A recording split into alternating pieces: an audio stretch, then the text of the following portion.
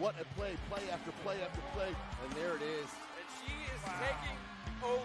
That. He's got a lot of room to run. The greatest conference in the country is showing out tonight, gentlemen. Wow. Home run. That's number one on SportsCenter right there. Daquan Davis into the paint, and he puts it in for a 2-point lead. Your WCAC champions.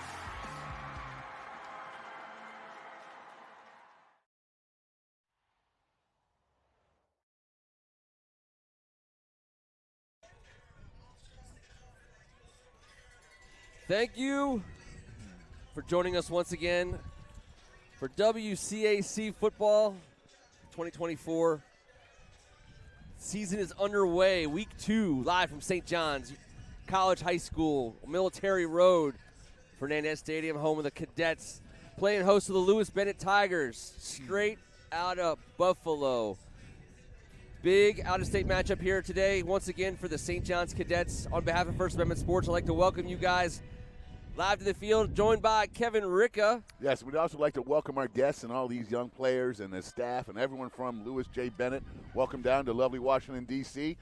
We let the humidity off the hook for you guys today. It's a balmy 68 and breezy, and it's not like we would have expected, but welcome to the city. We're happy to have you guys checking us out, and looking forward to a great game today. He's Tim Strachan. What a difference a week makes. Last week it was really hot and humid. Today this is fall. You can see it.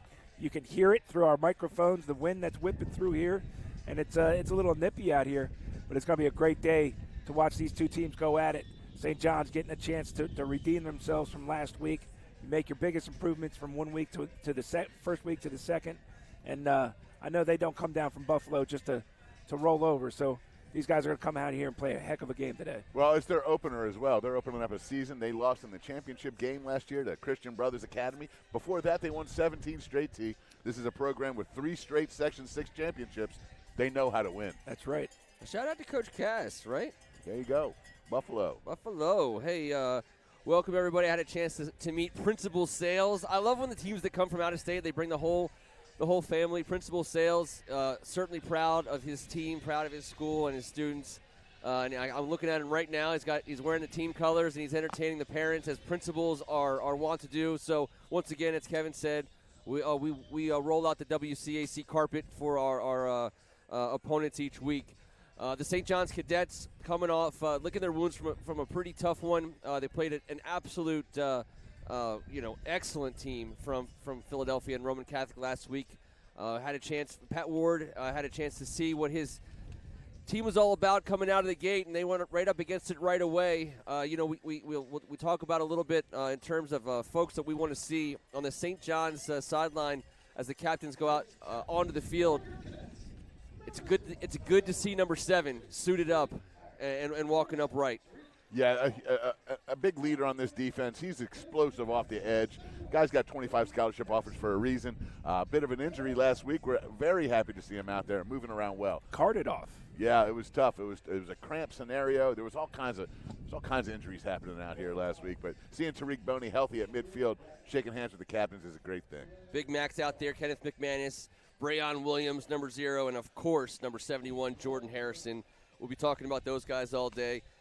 Out of Buffalo, Coach McDuffie, and as you said, runners-up in the championship game last season, bringing down a good-looking squad out of Buffalo.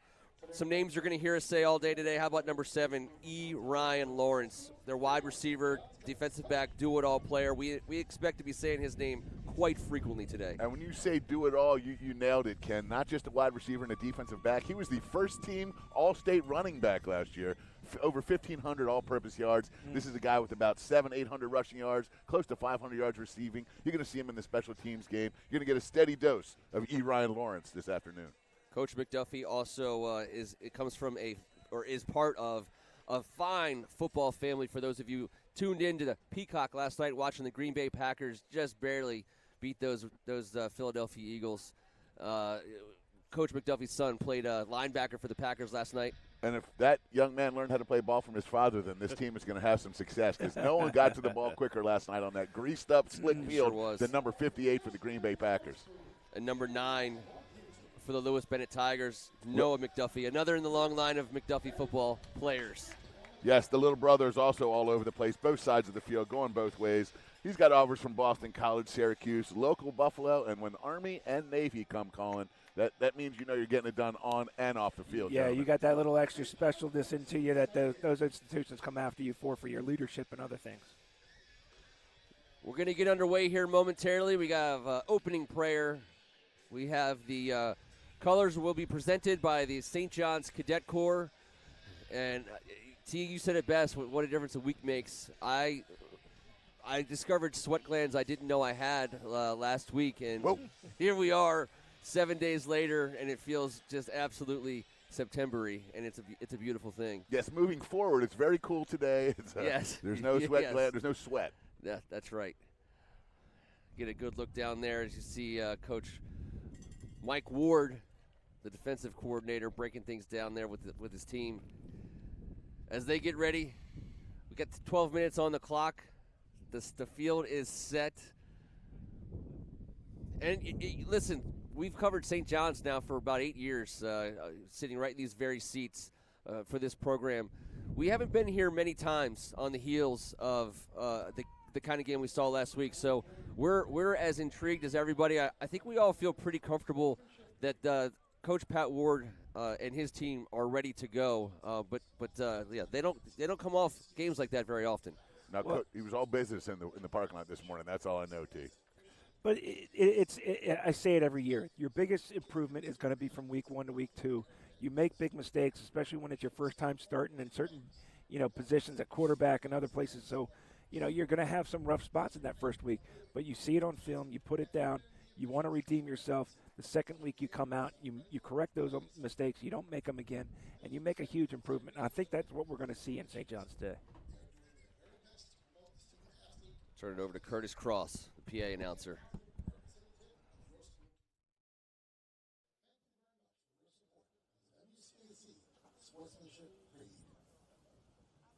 Now, ladies and gentlemen, please rise and remove your hats for our pre-game prayer. Then please remain standing for the presentation of colors and the playing of our national anthem. Let us remember that we are the holy presence of God. Dear Lord, help me to play my very best during this game. Teach me to treat my fellow team members, coaches, referees, and opponents with respect and dignity. Challenge me to always do what is best for my team and not necessarily for myself.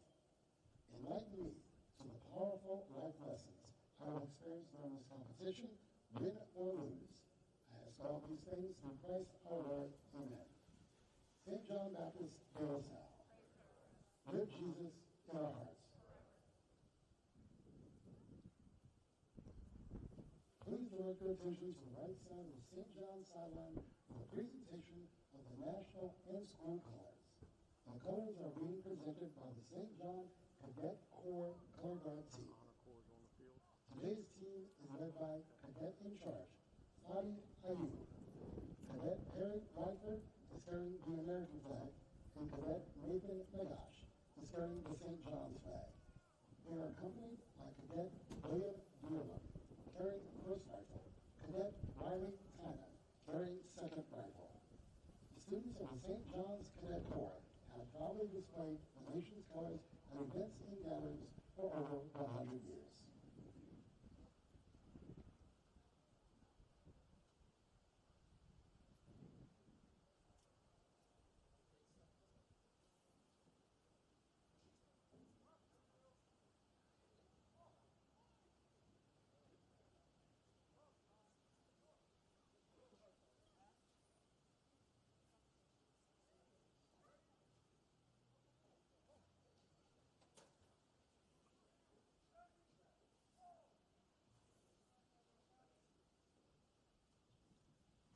To honor America, the playing of our national anthem.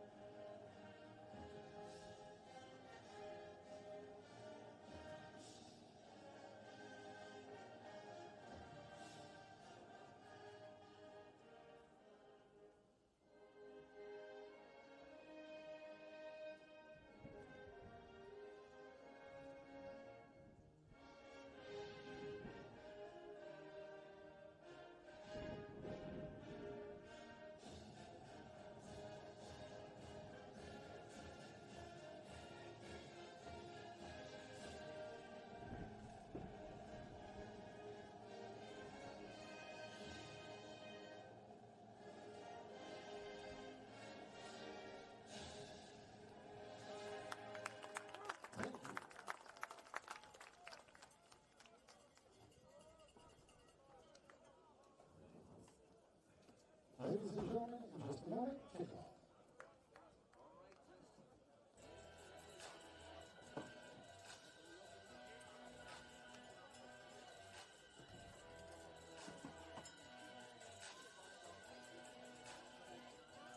Someone that stood out to me that I'm looking forward to watching more as the season goes on, number 4, Reese Williams, in that kind of that all-star slot, or whatever you want to call it, the jack of all trades, Swiss Army knife kind of player. Yeah, with 6'2", 200-pound measurables, and one of the fastest guys on the team. He's someone that does jump out on tape. Also, last week, Reese Williams. Let's keep an eye on the senior. 4 catches, 118 yards, 2 touchdowns. He went from deep. He went from 34 and 58, and that's a guy you got to keep an eye on defensively. Reese Williams, number 1, Cadets wide receiver. And getting his second start for the St. John's Cadets, number 15, the sophomore Naeem Woods. And we'll see him bounce back as well. All his mistakes last week were first-time mistakes, right? Holding the ball a little bit too much, double pumping one time, being in the pocket too long. He's going to have that internal clock going off a little bit faster, maybe using his athleticism to his advantage a little bit more today than he did a week ago. And he made some highlight reel-worthy plays as well, going 10 for 15, throwing for 175 yards and 3 touchdowns. He's got the talent. There's no doubt about it. He just needs the experience to put it together. Short kick, down immediately at the 25-yard line. Dejon Tally Rhodes with his first touch of the game, and he'll get plenty. Yeah, there'll be plenty more. He led the team in rushing last week. Yards per carry, he'll be fine.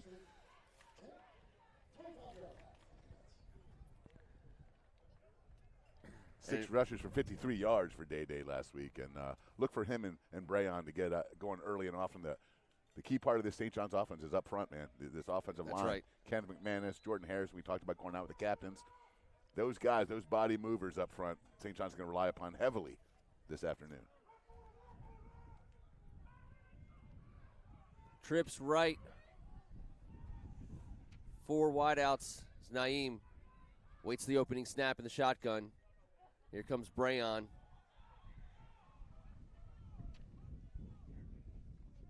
Ball on the ground right away. Naeem running out to his right. He's calling out some blocks, and he gets to the sidelines. Short gainer. Busted play. And it'll be second down. Picked up about 4 there, maybe 3.5. Call it 2nd and 7. Well, there you see the athleticism, right? Loses focus a little bit, drops a snap, but able to pick it up, take a broken play, keep calm under pressure, and pick up 4 yards for your squad.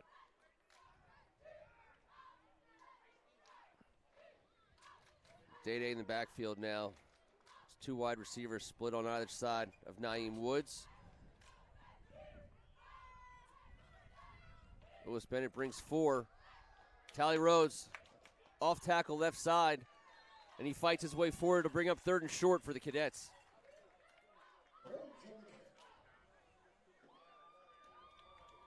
Day bobbing and weaving to the inside of that defensive line. He does not look like a sophomore. There's no doubt about it. He looks like a seasoned veteran right there. Big boy. That's a big young man. Reese Williams checks in the game. Let's see if see how they employ him in this 3rd and short. First 3rd down opportunity for the Tigers defense to get off the field.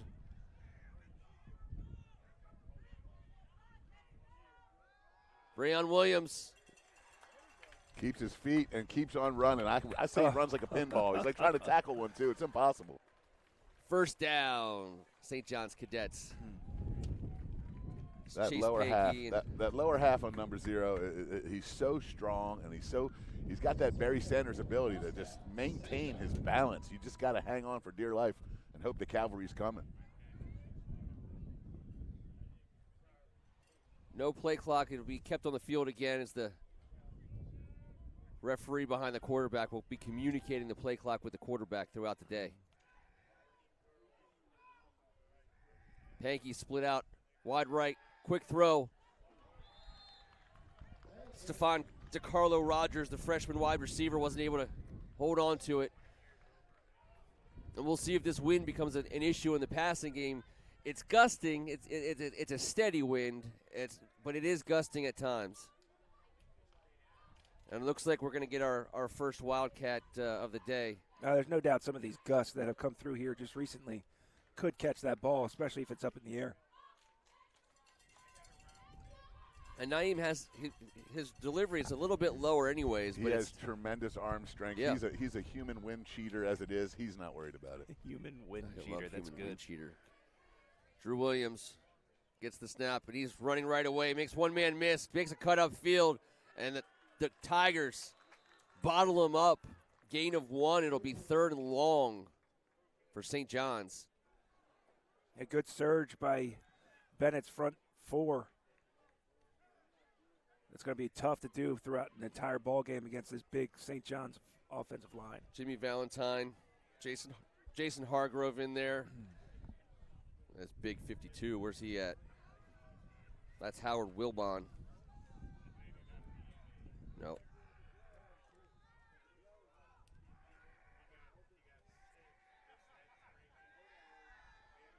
Naeem to throw. There's Reese Williams for first down yardage. Pick up about 12 yards. It'll be 1st and 10. The Cadets are on the move. Textbook 3rd down offense by the St. John's Cadets. Starts up front with perfect protection by this offensive line. When you let Nye Wood sit in the pocket untouched like that, he's going to step up and find the senior Reese Williams that we talked about in pregame. Oh, man, we saw the same thing. Great pocket. And then he catches the ball in that little triangle of defenders where he sits down and settles down in the right spot for him to find the receiver. Very well done. It's a tough job for any high school cornerback to keep up with Reese Williams. He's going to get open.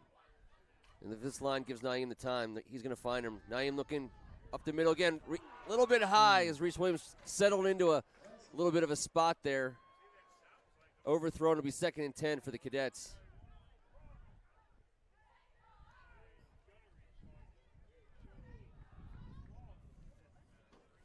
Heck of a play, stretching the field, north-south on 1st down. Great call. Just a little bit too high. First shot at Kevin Carey, getting onto the field, getting that ball. We'll welcome him back. This is his first game of the season, too. Hopefully no big... First game of the season. He comes limping in off the last night's IR as a birthday guy yesterday. Woo. Happy birthday, Kevin. Happy birthday, Kay. Day. And they get a shoestring tackle, and I believe that was Jimmy Valentine again. And it'll bring up another 3rd down. This will be the third down of this drive. Excellent job defensively by Jimmy Valentine here. Maintaining the edge, filling, and making the tackle. That's what you're asked to do. If he gets out of that tackle there, he's gone for another good 10 yards. Jason Hargrove getting on the scene. 4 wideouts. Amir Wallace-Jones on the outside left. Bobbled snap. Naeem rolling to his ready. Still got time to throw if he can find somebody. And he looks on the sidelines for Drew Williams. It'll be incomplete. It'll be 4th down. And about 6 or 7 here. We'll call it 7 yards. We'll see what Coach Ward has up his sleeve. I think that bobble may have cost him a completion to Reese Williams. He had him open briefly on sort of like the flag route. But because of that bobble, I think the defense was able to get an extra step and close that gap.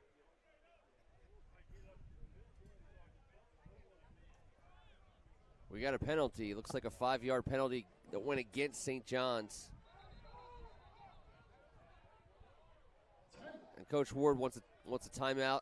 I think he wants an explanation. I didn't even see the flag. It might have been, maybe it was they had been warned already. You never know if it's a sideline penalty, but either way, for the first penalty of the game, it was cloak and dagger. Very secretive. Very secretive. Nobody knows. Well, after last week's performance by one of the referees, I think these referees are coming. They're trying to stay under the radar today. Well, the penalty sets up the second biggest test for St. John's offense so far in this opening drive. They've already overcome 1/3, about medium, but this is going to be 3rd and about 12. It's a big test for the young quarterback.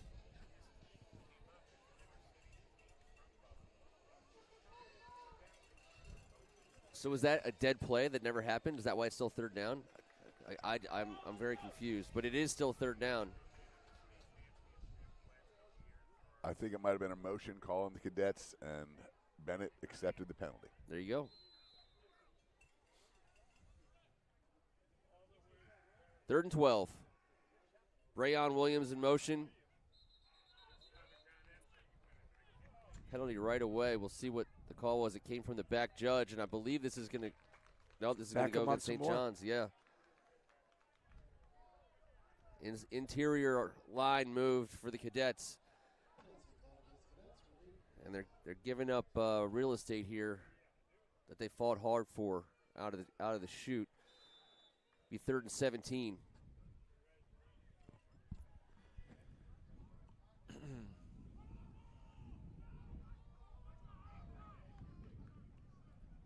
Let's see if the Tigers bring any heat. They're showing 4 right now. Naeem with some time to throw. He gets it out to Day-Day. He's going to have to get it all on his own. And he'll get inside the 40. And I'll tell you what, that's more yards than it looked like he was getting it initially. It'll be 4th and about 4.5, 5 yards. That's some good hard running after the catch right really there. It was. By Dejan Talley Rhodes. This is how you finish a reception. I think that's 10 yak. I think St. John's wanted to go downfield, but Bennett really backed off, was going to prevent any big play. And he chose to go underneath and almost able to come up with it. Looks like they're going to go for it on 4th down. Very smart, mature play by the young quarterback, taking what's given right there, not trying to force anything 20 yards down the field, getting ready to get himself in a 4th and 5 scenario.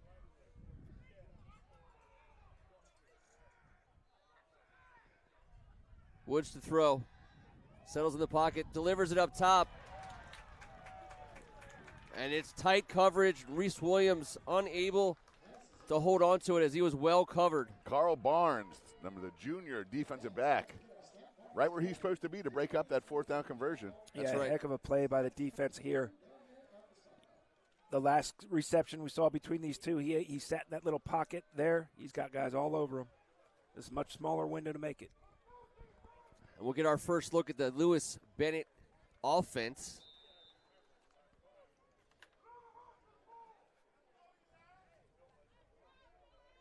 As the Cadet defense sets up. Ball at the 40. 60 yards to go here for the Tigers. Quick throw, defended right away. It's Kai Connolly denied. Textbook coverage. He doesn't get his weak hand on the body. There's no pushing. He gets around the receiver with that long length. Watch his break here. His break on the ball. He was leaving for that ball before the ball left the quarterback's hands. For a guy that's played a lot of offensive football, that's a big-time instinctual play on defense. That's a lot of length. You can't teach that.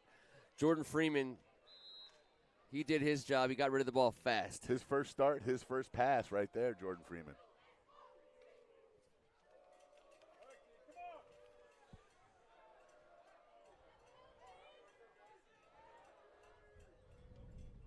The handoff up the middle.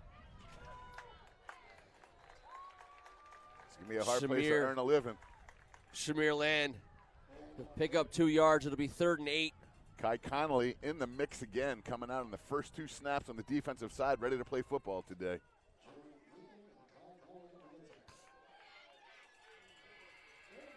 Jimmy Egan getting his nose in there. Big 3rd down for Coach Ward's defense. Jordan Freeman steps into it, puts the ball in the air. He's going to overthrow everybody. St. John's isn't being shy today. They're bringing everybody. Yep, the house. They're going to bring everybody. They're going to make them earn it. But that puts one-on-one on the outside and just not able to make a connection because the pressure was, I think, just a little too much. No, you're right. Mike Ward's coming to heat it up today, and aggression is the name of the game. Reese Williams will drop back, stand at his own 25 to await this punt. Reese Williams with his 4.4 speed back there, unbelievably dangerous. You might want to kick it away from number 1. Gizubizo, that's the name of the punter. I met him before the game. Punt is up, and it's away. Reese Williams will watch it settle right around the 33-yard line. That's where Naeem Woods and the Cadet offense will take over with 5:41 to go here in the first quarter. Scoreless game. Everyone got a little jitterbugs out. Well, St. John's needs to develop a little rhythm offensively. That's got to start up front. They got to run the ball with some success early and often, and get this defense on their heels. I think you'll see a steady diet here of Dejon Talley-Rhodes and Brayon Williams.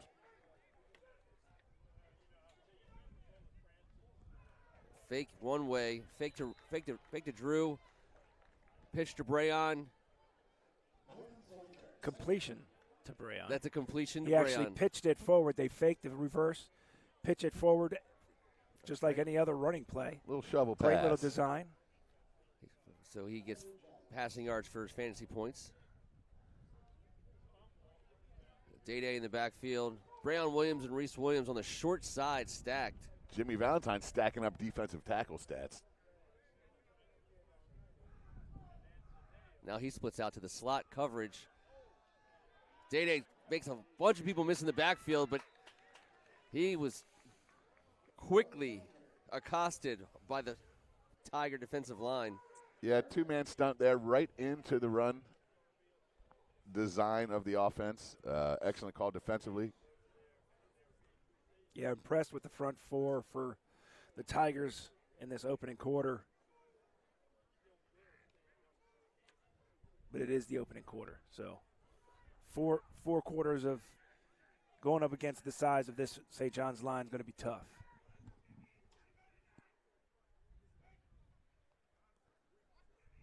Hard count there. Empty backfield, 3rd and 5. Here comes the throw. And Reese, and he gets upfield and he stopped, but he's on the right side of the stick, so it'll be first down yardage, and that was a great stick. Ryan Lawrence. He came here to play football today, everybody, and we're going to get a chance to watch him do it. A great play all around there. Yep. The senior making that play, knowing he's about to take the hit, but making sure he gets that first down before he gets down. But what he does smart that's is he catches it here, watch. He puts his head down and goes straight forward. It's that move right there, getting upfield as fast as he could, that got him the extra yard he needed. Sacrificed the body for the team there. Yeah, First down, Cadets. Good senior move. Heck of a tackle, though. Yeah. Might be Brayon time here. Tight formation here for the Cadets. Brayon Williams over the right side. He's got a blocker out front. Jordan Harrison leading the way. Best first down yardage. Going to be right at the sticks. Referee's going to give him the first down. It's a 10-yard gain for Brayon Williams. They run this counter so beautifully well. Watch the two pulling guards. Jordan Harrison getting out there. Kenneth McManus. That's a whole lot of bodies in motion there, fellas. And how about Lawrence going up against Jordan Harrison? Yeah, and making the tackle. Big size difference, but number 7 stuck in there and still got the tackle. That's scary watching 71 coming out on you on the corner like that. He gets downhill in a hurry.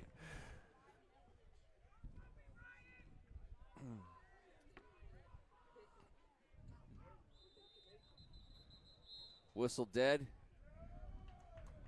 What might be a timeout? Timeout, Lewis Bennett. Just under 3 minutes to go in the first quarter. Both teams have burned a timeout. They'll chit-chat about it. Uh-oh. Got a little feedback. Welcoming Curtis Cross back. It's his first day back. Curtis Cross very, very excited to let us know that his wife Paula, Yep. from the Buffalo area, looking forward to today's game. She's not here in person, so I know she's listening now. Well, I'll take this time to give a shout-out to our other Buffalonian, Scott Davis, our man in the stands, helping us out today with the rosters and some Buffalo information.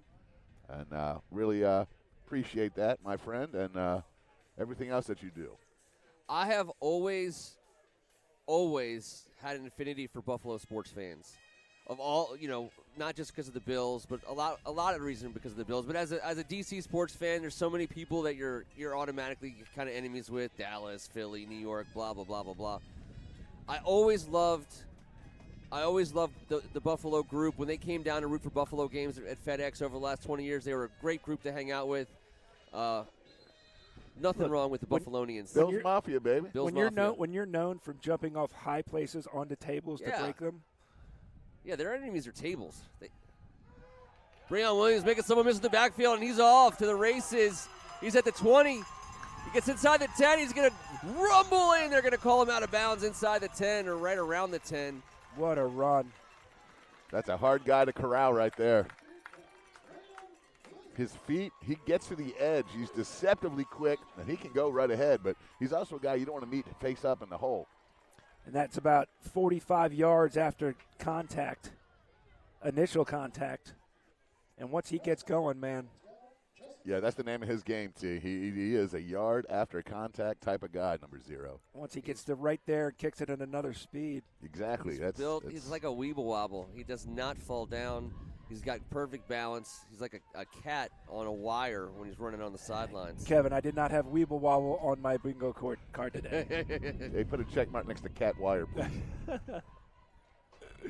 Breon Nice cuts cut. back, jumps over What the a line, cut. and he's into the end zone for a touchdown. St. John's Cadets, no flags on the field.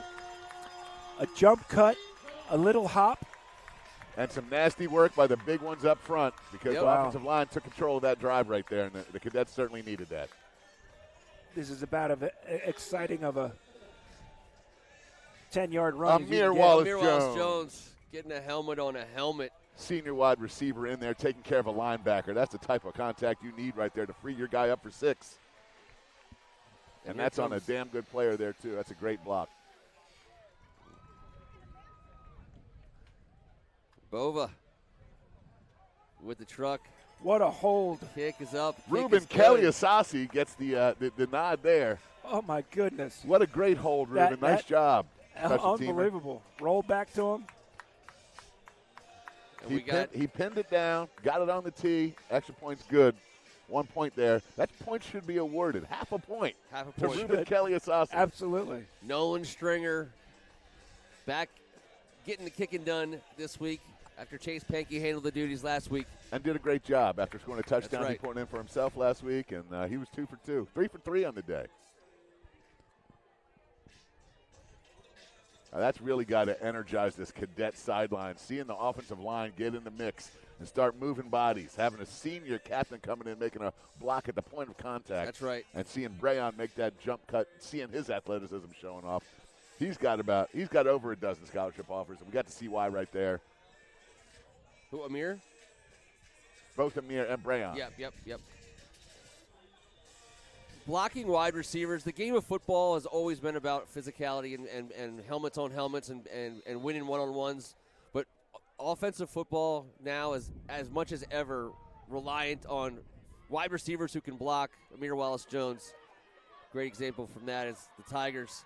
On the move, on the kickoff. They get around the right side. He's got some running room. He's on the right sideline. There's a flag. It's going to come in from behind, and usually in the vicinity of holding on the kicking team. We'll see what the call is. Or a block in the back. Or a block in the back. But Jack Eskridge, the 4th, the junior. Or the blind side block, too. Got to remember, you can't just lay people out anymore on the peel back. I think they might have got a hold there at the end of that run. It'll come back in. I also noticed this. Amir Wallace-Jones with the Boston College offer. At the point of attack, colliding with Noah McDuffie, also holding the Boston College offer. Ooh. And these guys might be clacking helmets not just in Washington, D.C., Yeah. In practice. In Boston, Massachusetts as well someday. We'll see. Hey, how about the Boston College program? They got themselves a nice-looking win last week. Bill O'Brien's getting work done, isn't he? Someone told me, and it might have been you, Kev, that every single player, when they changed coaches to Bill O'Brien, nobody left. Everyone stayed home. Well, T shared an office with the man. He's such a great dude. He relates with everybody. You ever come in contact with him, you know why. Freeman makes a couple people miss, puts his head down. He's going to get to the sticks, and then they're going to give him first down yardage on effort, and I think he earned it. You're right. For a quarterback especially, look, that's a great way to bounce back if you're the Tigers. A good return. It's not the result you want because of the hold, but then your quarterback comes out and has a heck of a play and then shows his own toughness at the end. We love our tough quarterbacks in this First Amendment sports, and I know you do in Buffalo as well. Shout out Jim Kelly. But this young man, this senior, he's putting offense on his back right here on this drive, knowing they got to go down and score. See him put his head down there, initiate contact? Loved it. I love it, too.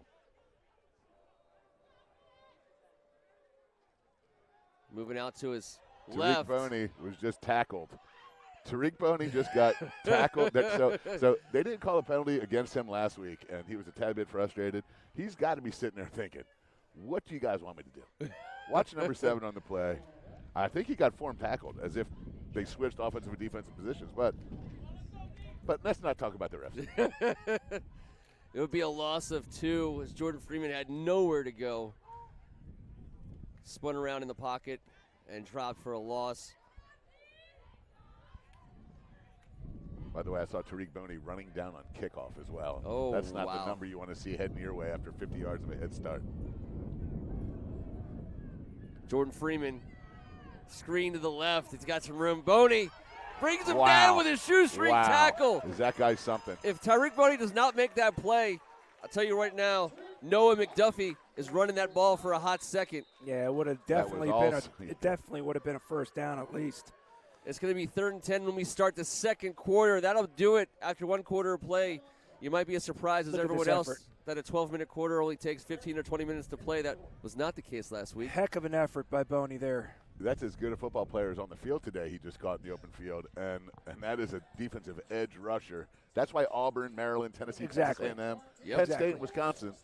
What they Yeah. see there is Yeah. a guy who crashes down inside and then able to have the athletic ability and speed to get back outside on a screen and stop him from getting any gain. And one of the top defensive players in the area tells the coach, no, coach, I want to run down on kickoff. Then you got to let him do his thing. Wasn't even winded after running the kickoff and then able to run down a running back. He's a phenomenal high school football player. It's been a pleasure watching him. We got another almost 2 years of him. So Kevin, what's the significance of the upside-down tubs on the sidelines here at the 50-yard line?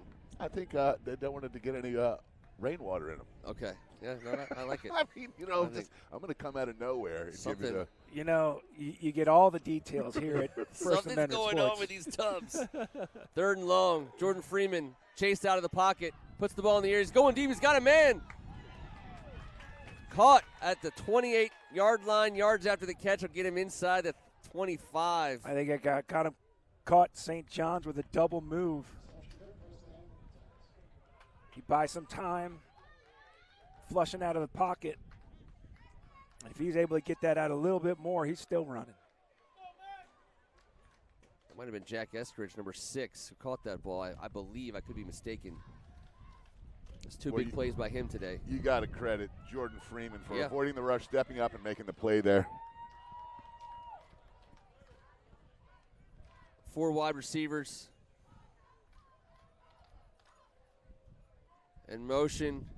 And they give us to McDuffie, and he'll be brought down behind the line. William Polk. William Polk breaking down and making an excellent play in the backfield. Sophomore. Tackle for loss for that young man, number 11.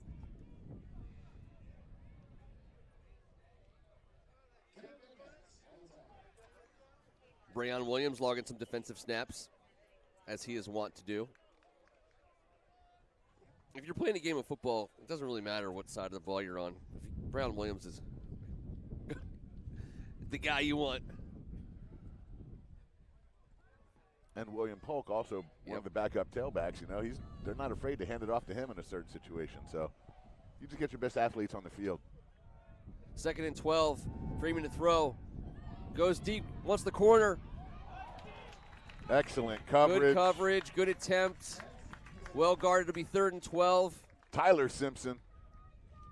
Joseph Littlejohn, the intended receiver. That's the reason why they call them 50-50 balls. And in high school, you do not have to turn around. It was well done, well executed defensive coverage. Yeah, good placement by the ball. Gave anybody a shot to get it. And you notice they are chipping on Tariq Boney on every play now, and I think that is the smartest thing they could have done. I think they watched film from last week when he was constantly chasing down the quarterback. He won so many possessions last week. 3rd and long, again, Freeman to pass out to the flat on the left. He's looking for Littlejohn again. It'll bring up 4th and 12. And I saw them kicking before the game. I know they were at this distance, but That flag, right now, actually, the wind is blowing directly at Lewis Bennett's back. They're going for it. They're going to go for this ball, but they do have the wind at their back. It would be a, let's see. 49. 26 plus 10, 39, 46? 46. 46-yarder. What are you guys talking about? It would be a 46-yarder. 43. 40. It's 43. I snap. didn't know Freeman math brings was it gonna be down. He's on the move. He's going to get chased out to his Oh, he's left. still alive. Man, what a tough nut. And All E.J. right, Lawrence makes Great play by the quarterback. Ryan Defense makes the getting off play. the field for the Cadets. Big hit right there. brought E. Ryan down at the point of completion.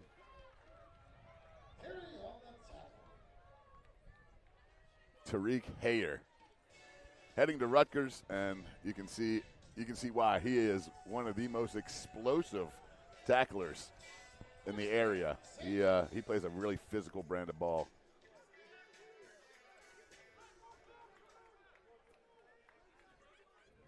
First and 10. Naeem Woods back on the field. He's got two backs with him. Breon Williams back over the left side. He's got some running room and ahead of steam. He puts his head down. We got a flag coming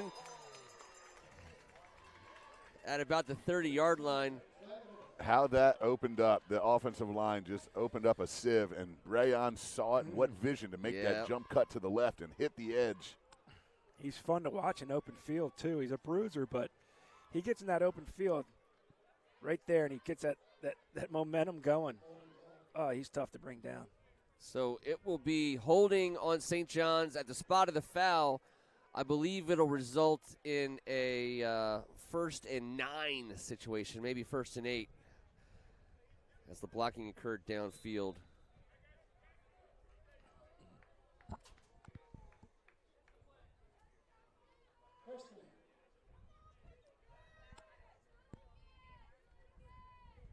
Drew Williams, deep back.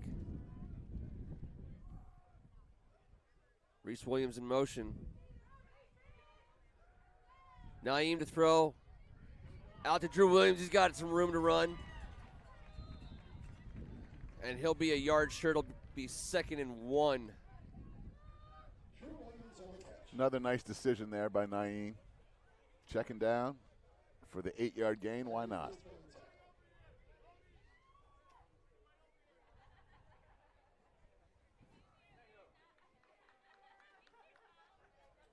That looks like a first down from here. We're right on the line. Always trust Kevin's eyes from this far away. Or the referee that took 25 seconds to jog to the spot. It's one or the other.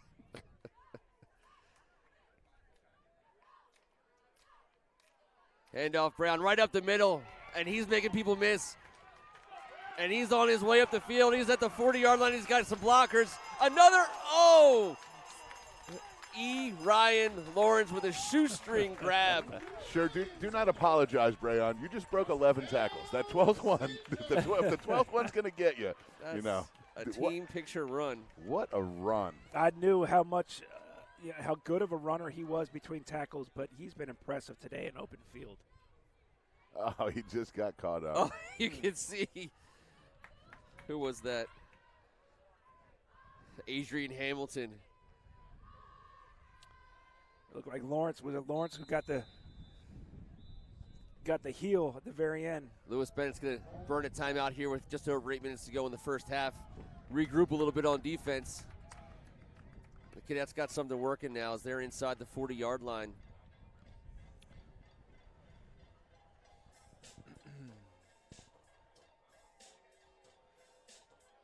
E.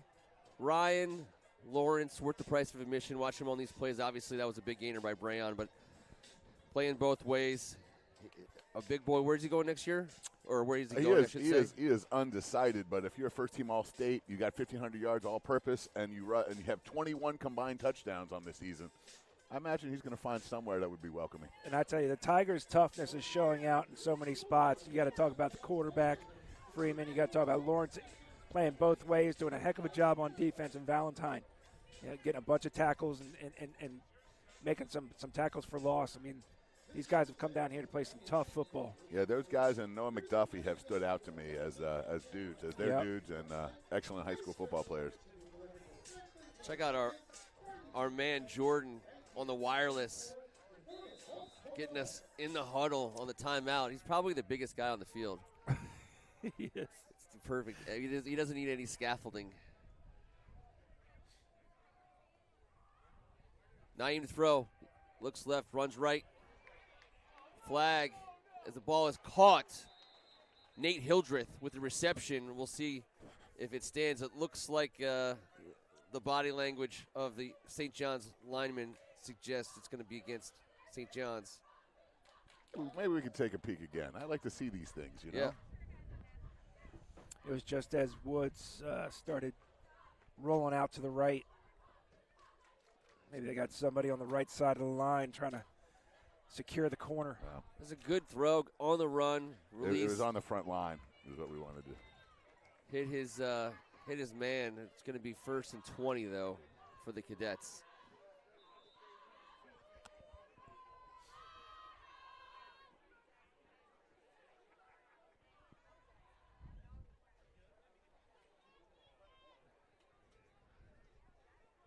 Day-Day Tally Rhodes in the backfield for the Cadets.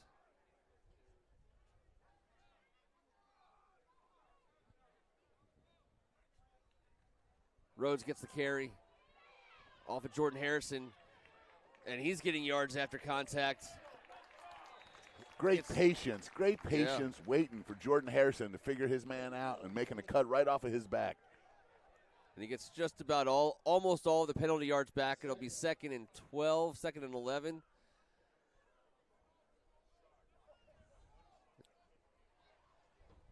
Look at this. Just staying on his feet, moving forward. Yes. Linemen getting involved. St. John's showing their own toughness. And last week, negative plays, penalties were drive killers for St. John. See if they can overcome it here. Adrian Hamilton and Bobby Luongo finishing the play aggressively there for another extra couple yards. Brayon Williams over the right side. McManus seals the edge. Brayon will give him 3rd and manageable here for the Cadets. And there's a flag on the ground. We're going to see who that's on. What was it? They're going to call holding again, I believe. That flag was at the 35. That puts the ball at the 45. It'll be 2nd down again and about 20.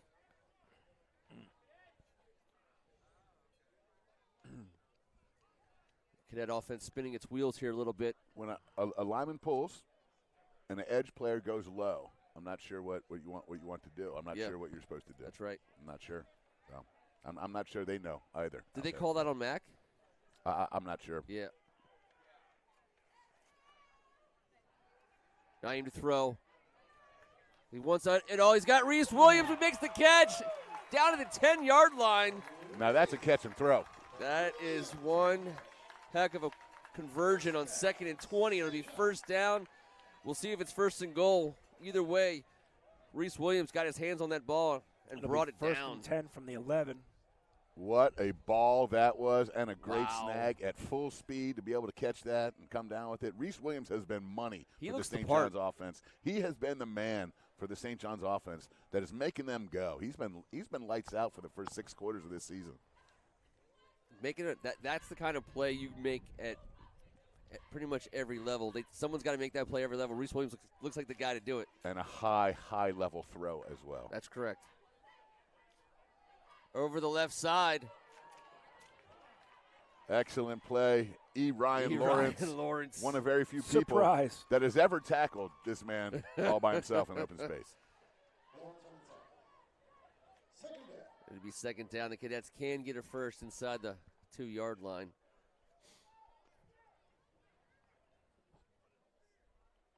We're coming up on 5 minutes to go in the first half. Cadets with a 7-0 lead. I mean, you're going to see 7 and 9 everywhere as you're doing this shot right there. Wow.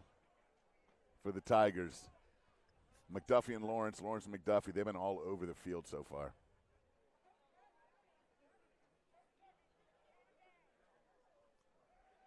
A lot to work with here on the wide side of the field for the Cadets. Flag on the field from the back judge. Delay a game. I know Naeem Woods is pointing. He's pointing to the referee behind him. I don't like when the clock. Here's why. The referee behind him is supposed to be in constant communication with him. Yeah. He's saying, look, man, how's the side judge calling it when you're the one I'm supposed to be talking to? The judge from the farthest judge away calling delay a game. When there's no play clock, I just don't think that could. The only person who should be able to call that is the guy who's talking to the quarterback. We said that last week, too. We'll get that locked up. Naeem Woods. He's got a guy. Going to the corner of the end zone. Amir Wallace-Jones. There is a flag on the play. Amir Wallace-Jones, and there's another flag on the play. Now, that's going to be a dead ball flag, and we'll see what that's about afterwards. Now, the coaches are telling him to get back out on the field. There is a flag. There was a flag when the ball was in the air. Yep, we'll see it again right here as he's rolling to his left. Maybe a hold? I don't know. They're talking about Well, the average flag drop per play so far is at a 1-to-1 ratio, and I'm telling you right now. The battle between right here in our screen. All right, so Coach Pat Ward's getting an explanation from the referee, the head ref. I'm going to go ahead and tell you right now that I don't think there's not a lot of football players wearing black and white stripes today. Not a very strong lineup for ex-high school football players. You got to kind of understand what's going on out there, I think, a little bit, T. All right, so the touchdown will stand. The dead ball foul, I believe, is going to go on both teams. No, it's going to go on St. John's. I believe it was on Amir Wallace-Jones. That's the referee who called it. Celebration? Sure. They'll probably call that. They'll tack it onto the kickoff. I still don't understand what the first flag was for, but it might have been against Lewis Bennett, and obviously they declined that. All right, no more talking about the refs for 1 second. What a great job by Naeem Woods, getting eyes downfield on a broken play, finding the senior Amir Wallace-Jones for the big play, putting the Cadets up 13-0. I really like the touch on the pass, too. He had to get out there, drop it over the flat defenders that were out there. He showed his laser beam arm on the throw to Reese Williams on the 3 plays previous, and put that little touch throw there. It's a good start for the young sophomore. A touch throw to the end zone, and watching the flag right now, that wind was blowing directly in his face. Didn't affect him at all. Like you said, it was a human wind cheater. That's what his arm is. Yes, it is a wind cheater. Exactly what he just did. Yeah. Now the referees are still talking. I'm sorry, Kevin. I don't mean to continue to speak about him, but they're having another conference. I'm done. Is it parent-teacher conference day already? already? I'm done with them. It's the average height and weight is 5'7", $123. I'm done. Coach Pat Ward looks done with him as well. I know. Does not look like. So they'll get the explanation over to Coach McDuffie. Let them know what's going on. We would expect to see some form of tacking on of yards to the kickoff here. But in the meantime, Nolan Stringer out to make it 14-0 for the Cadets.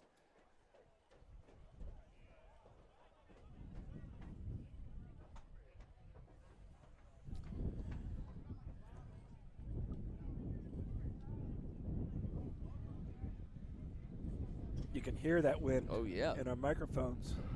I feel like we can hear the referee's whispers. It's blowing the referee's whispers all across the stadium. Throw a flag on the next play. I'm sure I can throw it farther than you.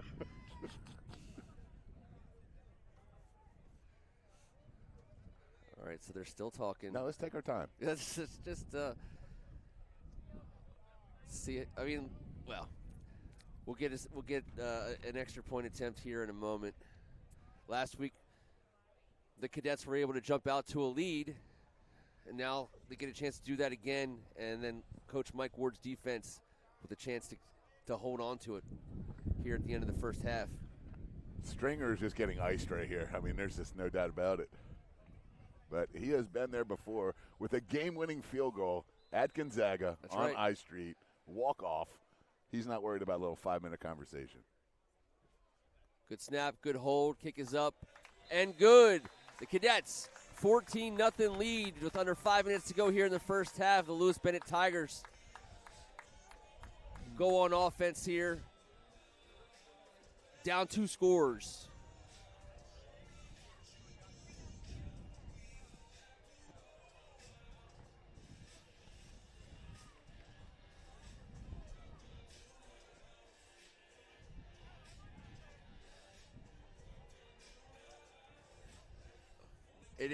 Kevin, I mean, you're just dead on, though.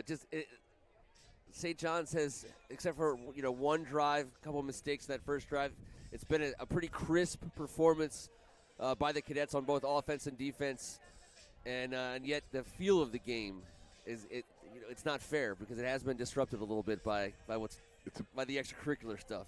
Yeah. The lambdas are making it a bit choppy.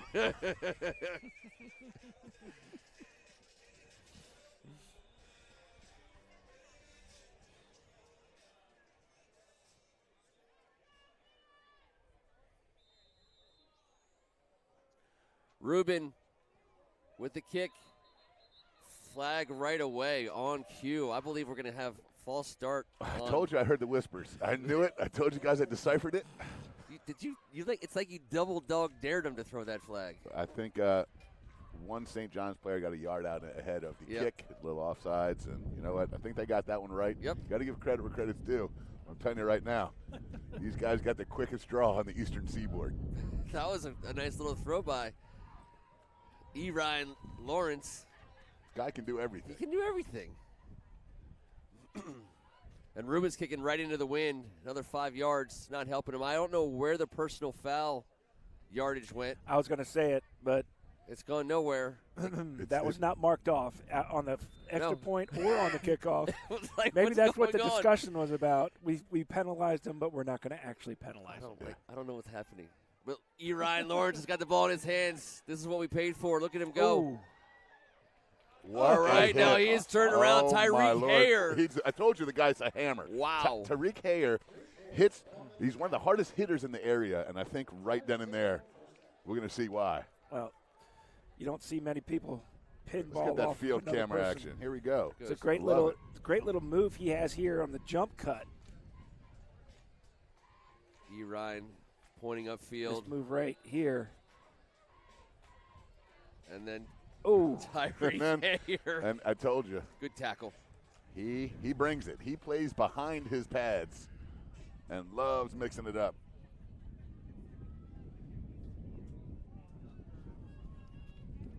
This is a huge drive here for both sides. 4:31 to go before halftime. Run over the left side. He's got room on the sidelines. Shamir Land.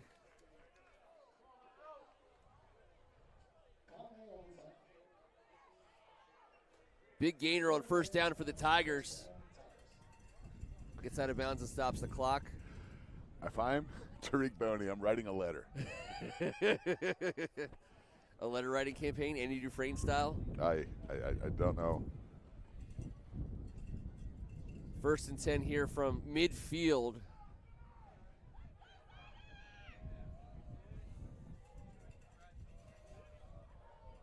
Bennett has 1 timeout remaining, if you're curious. St. John's with 2. Freeman to throw. It's going deep. Well defended. Again, he had a step. Eli Jacques. Tigers had a step. The young freshman, Eli Jacques, stepping up and getting the PBR. 2nd and 10. Little John for the Tigers had a step on him, and the ball was thrown just a little short where he had to come back, and it was enough. It was enough for the defense to knock it down. He might be their most targeted wide receiver so far in this game, number 12. And we'll get the same matchup on the wide side again as the handoff goes up the middle. Tariq Boney. Ryan. Tyler Simpson off the edge. Young sophomore looks a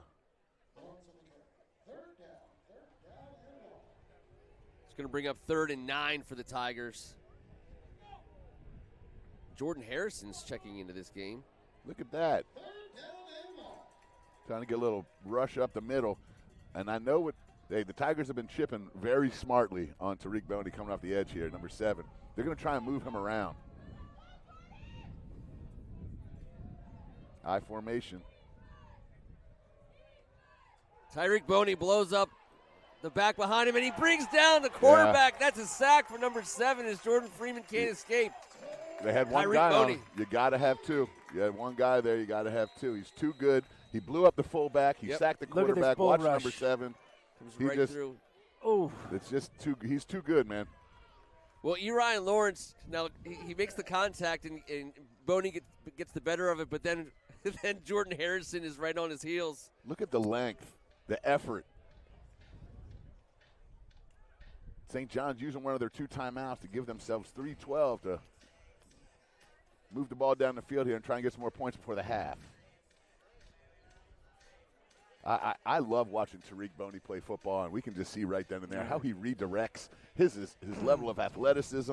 He came into St. John's as a basketball player. I watched the guy in 8th grade put 40 on the St. John's freshman team on that court. I tell you what, the combination of size, strength, and speed, and he's only a sophomore? Junior. He's a junior. Yeah. It's scary to see what he's going to be like at the end of his senior year, how dominant he is already. Yes. And we talked about both these programs. The seniors at St. John's, they won championships in their freshman and sophomore years. This team right here, we're looking at Lewis Bennett Tigers. They won 17 of their last 18. Only loss was in the championship against the Christian Brothers Academy like we talked about. There's a lot of winners on the field is what I'm getting to. And we got another half to go to watch these guys get after it.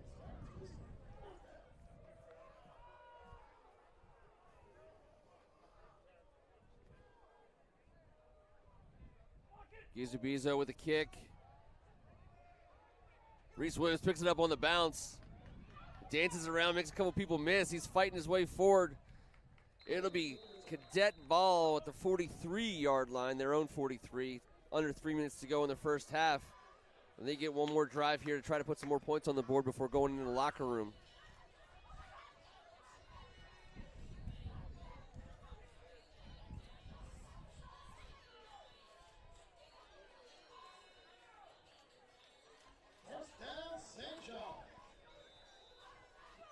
Drew Williams in the game. Day-Day Tally Rhodes, Brayon Williams, Reese Williams. In there with Naeem Woods.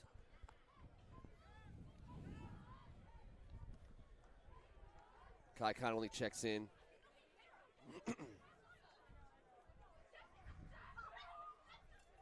Williams with the end around. I'll tell you one thing, the athleticism of Jordan Harrison, Adrian Hamilton, these guys, Kenneth McManus, there's bodies moving all over the place. Look at this design. Pulling the front side, and now you got your fastest guy running behind Jordan Harrison, number 71 and 56, McManus. I love it. Excellent tackle there. Carl Barnes. I thought that could have gone. Yeah, Carl Barnes with a nice-looking open field tackle on a gifted athlete there. He's made a couple of those plays today. 2nd and 4. Woods to throw. He's going deep to Reese Williams. He's got him wide open. Oh. Reese Williams looking back into the sun. Almost an absolutely beautiful play. They had it. It was drawn up, and it was there. They'll go back to it, I'm sure. That's one that Williams is going to hate himself for. He has made every play so far this season, and you know what? I bet you there'll be a makeup. Oh, yeah. That'll be there. I mean, he gets by coverage. 3rd and 4. I love first person to meet Williams off the field, Pat Ward telling him that's all right. Hey, we got you. You'll make it when it counts.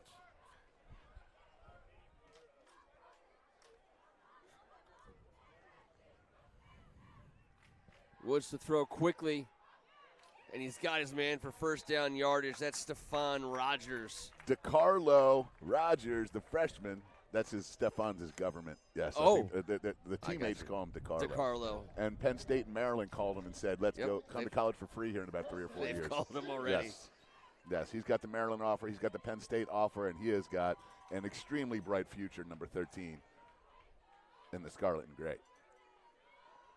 Brayon Williams, wide left. Drawing coverage from E. Ryan Lawrence. Naeem Woods to throw. He's going down the middle, and he wants Chase Pankey.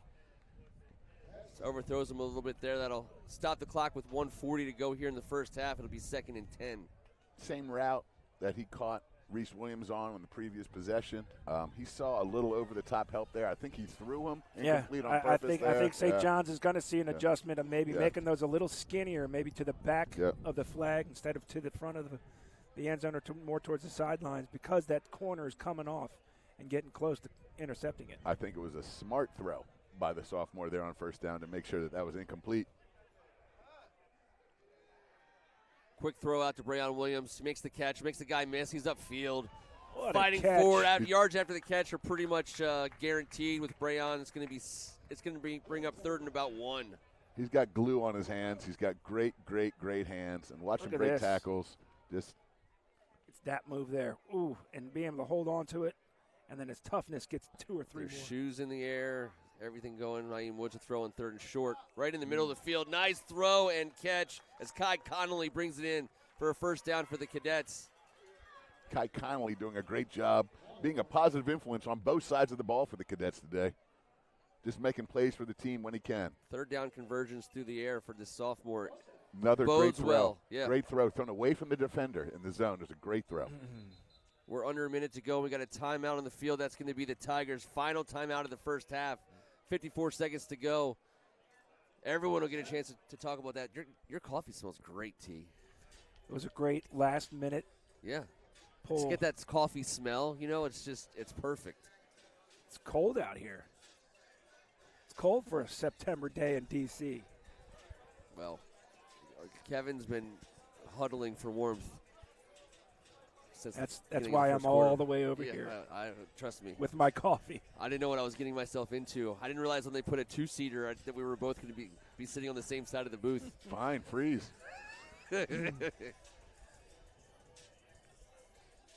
1st and 10.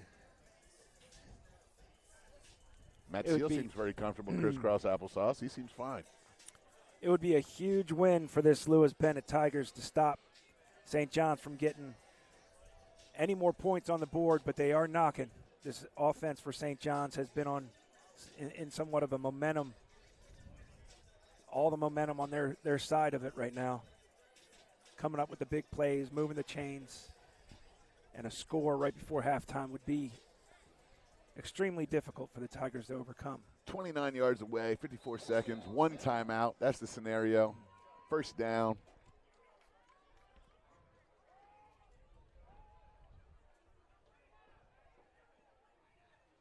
Noah McDuffie sitting back.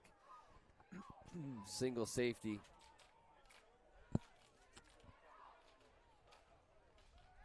Naeem Woods steps into the pocket, rips it down in the middle of the field, and he's got a man, and I believe that's Reese Williams. I said it. Touchdown. They broke up for a half a second. I knew they would make up. That's the perfect answer to finish off the drive. Reese Williams, have a season, senior. What a great throw by Naeem Woods. Just elevating, climbing in the pocket to deliver a ball on the money. Naeem Woods is really showing what he's capable of today. That's what we were talking about, right? Him growing up. Step up. From last week to this week. What a throw. Right in the money. He looks like a different player today. And he did some great things last week. He did. Yeah. He did. But he made freshman mistakes, right? He got somebody down. Early yeah, mistakes. It's a lineman down. He looks like maybe an ankle or something. We'll see. Hopefully.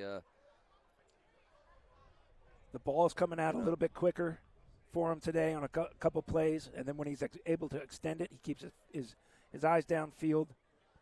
He's making smart plays. I mean, that's what it is to kind of mature at the position, and it only comes with experience. Without a doubt. And Coach Ward was quick to remind everyone that, hey, guys, he's got 1 start under his belt. Yeah, that's the point. Against a fantastic football team. And he threw for 175 yards and 3 touchdowns. He was 10 of 15. So, I thought he played well. And today he's showing that I think he's going to be fantastic. It's good to see. Bobby Luongo Walking out under his own power. Yep, that's the key. The senior center, 3-year starter. Nobody happier than the Luongo family right here, just below where I'm sitting. I believe the Nick, the father, your former center. was my center, yes, and I believe that's why the Naeem Woods family is also very thrilled right this particular moment to see old Bobby Luongo walking off under his own power. Sebastian Ruggieri in for Bobby Luongo. Sebastian Ruggieri coming in, yes. And he will get the snap duty here as Bobby Luongo will take a seat on the bench. And hopefully Bobby will be able to go. Bobby had a couple bad snaps last week, and nobody was feeling worse about it than him, and he has been on point today. He's been doing a great job.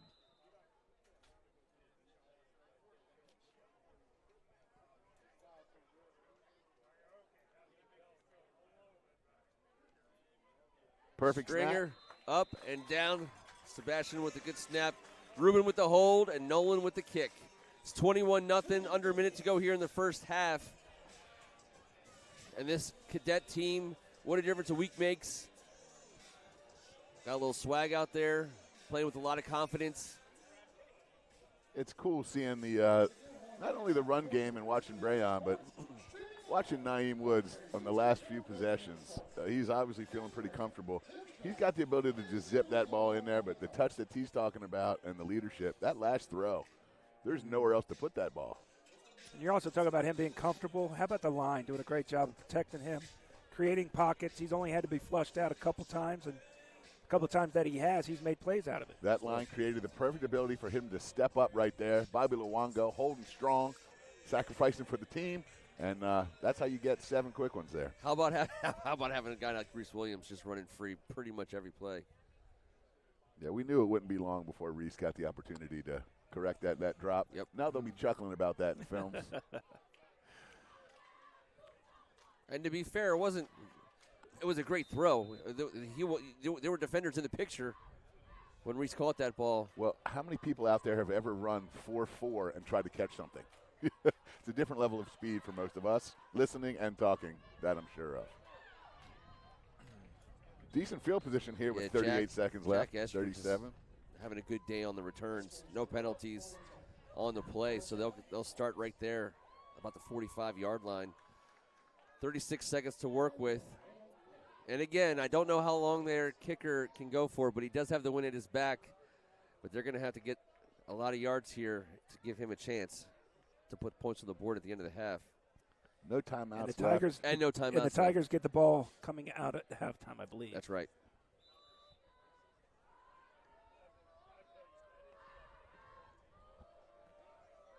I think you got to take a shot here early, see if you can get something down the field. Got Tariq Hare and E. Ryan Lawrence matched up on the outside. And he's going to get the ball right away. And he spins in and out of some tackles. He gets a gainer of about 12 yards. Stops the clock with the first down. Very important getting that first down to stop the clock. Well, they got to get to the line because the clock does start up once they spot the ball. Well, it's still running, and that's wrong. So the clock's supposed to stop. It wasn't supposed to start. Yeah, you're right. It's supposed to stop. And now I think all the listeners know that my anger is not directed from one side. It's equally. It's equal. Freeman that handles was the bad supposed snap. to stop. Ball in the air. That'll be intercepted. Kai Connolly is filling up the stat sheet today, everybody. Oh, he's catching it on offense. He catches it on defense. He's doing good things today. And the half is over. We have a dead ball flag here. Just one last one. Now, that was with 0 seconds on the clock. Everyone will stay out here. No one's listening to them anymore, Kevin. They're just they're there to talk to themselves. Defensive penalty, right? I'm can you? Are you allowed to get flagged when there's no time on the clock? I think you're about to get flagged. I hope I do. Because by the way, not for nothing, but Ruben kicked the ball off from the 25 there that time. That's the third different spot he's kicked off from, and I don't understand where he's picked. Why? I saw the meeting. Yes. Pick a card, any card. Yes, pick a card, any card. Yes. It's choose your own adventure out here. The Tigers will be first to hit the locker room. The coaches are on the field. They're talking to the refs to understand what that flag is and how it could possibly Good luck. Good luck, work. everyone. Can you get penalized in the locker room? Is there a translator? It's a dead ball foul after the play's over. Hey, Ruben might be kicking off from an entirely different spot here to start the second half. We'll find out together. We'll be here all halftime long. We're going to talk to some men of St. John's here before things get wrapped up underway here for the third quarter. Stay with us.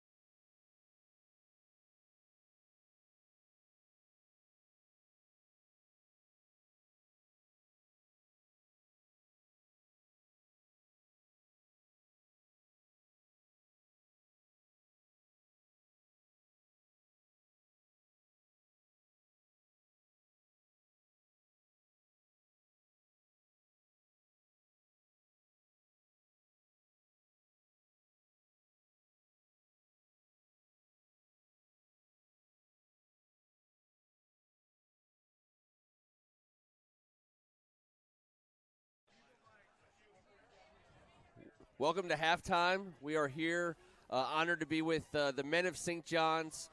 Thought last week we had a chance to talk to the Knights of Columbus folks who are doing some good work here at St. John's.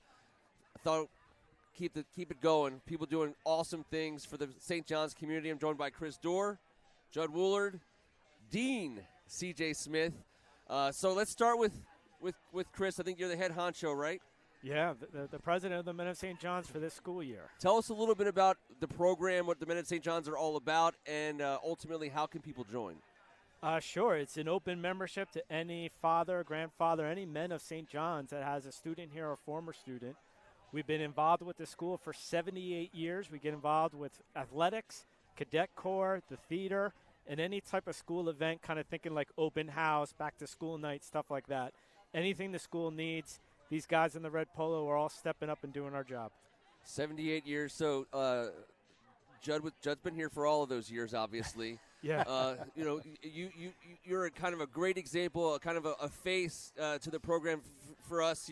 Ever since we've been coming here, you're such a big help to us. What's been kind of what's kept you coming back every single week? Well, first of all, the school itself. I mean, the way the school is run, the way the students, the teachers. I mean, it's a fantastic organization. Plus, the Men of St. John's, what they do to support that institution is above and beyond. We love, what we do. We volunteer, I've been here for 11 years. I don't even have a kid here anymore. My daughter graduated last year, so she's in college, but I'm still here just because it is a worthy cause, and it's a great organization. Love hanging out with the guys. Of course, now I have a senior, and I've had a chance to get to know you guys. Coming here for all the sporting events, it's been it makes it so much more enjoyable for folks to come here. This guy right here, if you ever are on the campus here at St. John's, CJ, he does so much. Obviously, he's a liaison with the Men of St. John's and the school itself. But Dean, tell us a little bit about what your responsibilities are this year, and maybe what keeps you coming back. Hi, so I work with our junior class. We have a really nice system where the deans follow their classes. So you build a nice rapport with the families and with the kids. That way, it's never a new face that you're talking to. It's someone that you have a history with. It's a really nice system. But, again, I work with all the students, as do the other deans and the vice principal as well, because we have a good relationship with all the kids in the building. But when we're, focused and specialized, we do our classes. I've been here at St. John's my 6th year, and so I've been taking on the responsibility of security on campus. I also deal with our busing, detentions, all the other stuff, which is the fun part of the job. But no, I really do love our interactions with the kids. I try to have open door policy. The kids, whether it's a high five, a handshake, good eye contact, it really is a special place. And it makes it even easier when we have as many good people around us, the principal, the president, teachers, faculty, everybody is so amazing, and the kids get to know them all. Whether it's our facility staff on the hallways or whether it's the Men of St. John's, the Mothers Club, it's a community and it is a family. That when they talk about that, it's a real thing. And as an alumni, it's a really special place for me to come back to and be able to contribute. That's awesome. As I was saying before, and as CJ puts it, when you're on campus here, you can't miss these shirts. We got to get the Mothers Club involved here as well because they do so much going on. Chris, yes, anyone can go on. Is it menofstjohns.com or just to go on the website? Or the best place would be go to the school's website, go to the parents section. Within the parents section, you will have links for the Men of St. John and for the Mothers Club, open to anybody and everybody. Everyone looks good in red. Especially these guys, very slimming boys. Yes. We got to get you great. a red shirt, too. You got to get me one of those red shirts. Shout out to Brad Ripito, who's on the far side of the field. Otherwise, he'd be right here with us during this halftime interview.